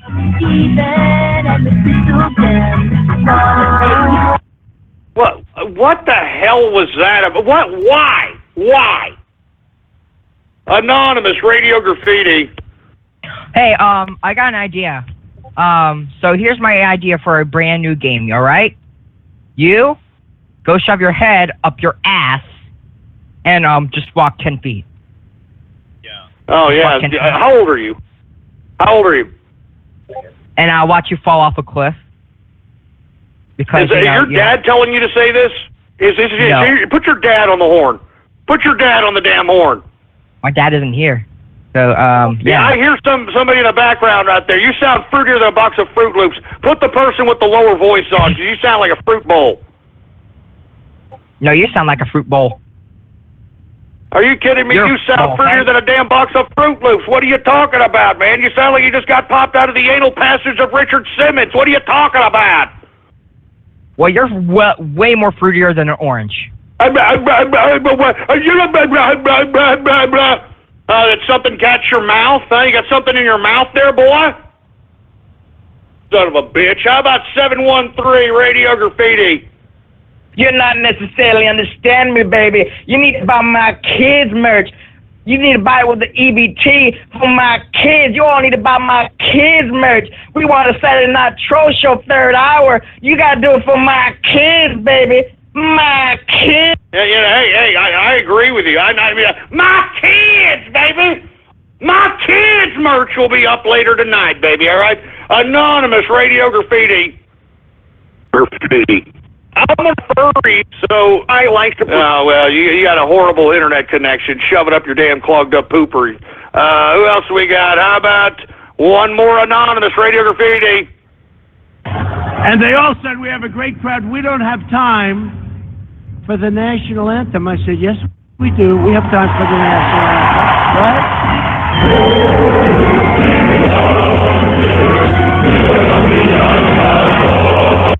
Shut up. Shut up. The Still in Capitalist Radio Graffiti. Hey, bud. So today I've got some paint thinners, I've got some turps, and I've also got some glue. I've mixed it all together, so... Oh, Jesus. Man, no. Get him off! Get his ass off, for Christ's sake, you crazy glue sniffer! You got a lot of freaking problems, Distilling. I'm telling you this right now. I mean, this is an intervention. You got a lot of freaking problems, man. Anonymous Radio Graffiti. Fucking graffiti! Man, I mean, get a better computer, moron! Anonymous Radio Graffiti.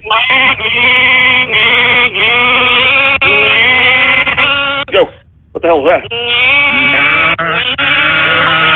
Oh, shit. Oh, Christ! Oh, Christ, no! Get away! Get away! I'll get away! Get away!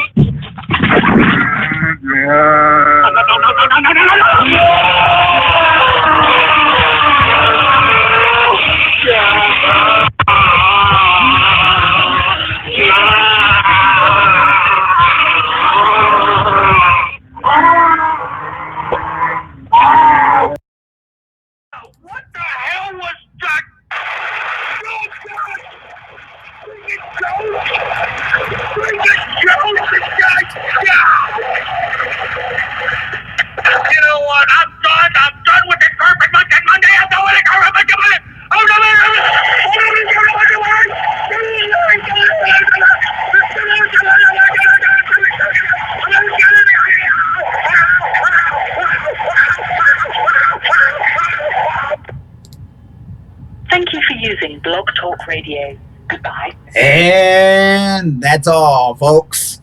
That is the broadcast for today, right here on the BN. I am your relay streamer, BN King, and I thank everybody for coming out. Anyways, I want to make this very quick as I'm going to start my next live stream over the BN Theater. Guys, with their YouTube channel, go head over to the BN Theater. Links in the descriptions. And, of course, there's some important information I kind of want everyone to actually go and check it out. Maybe help a person, maybe, if you like, or just spread it around. I would love everybody to do that.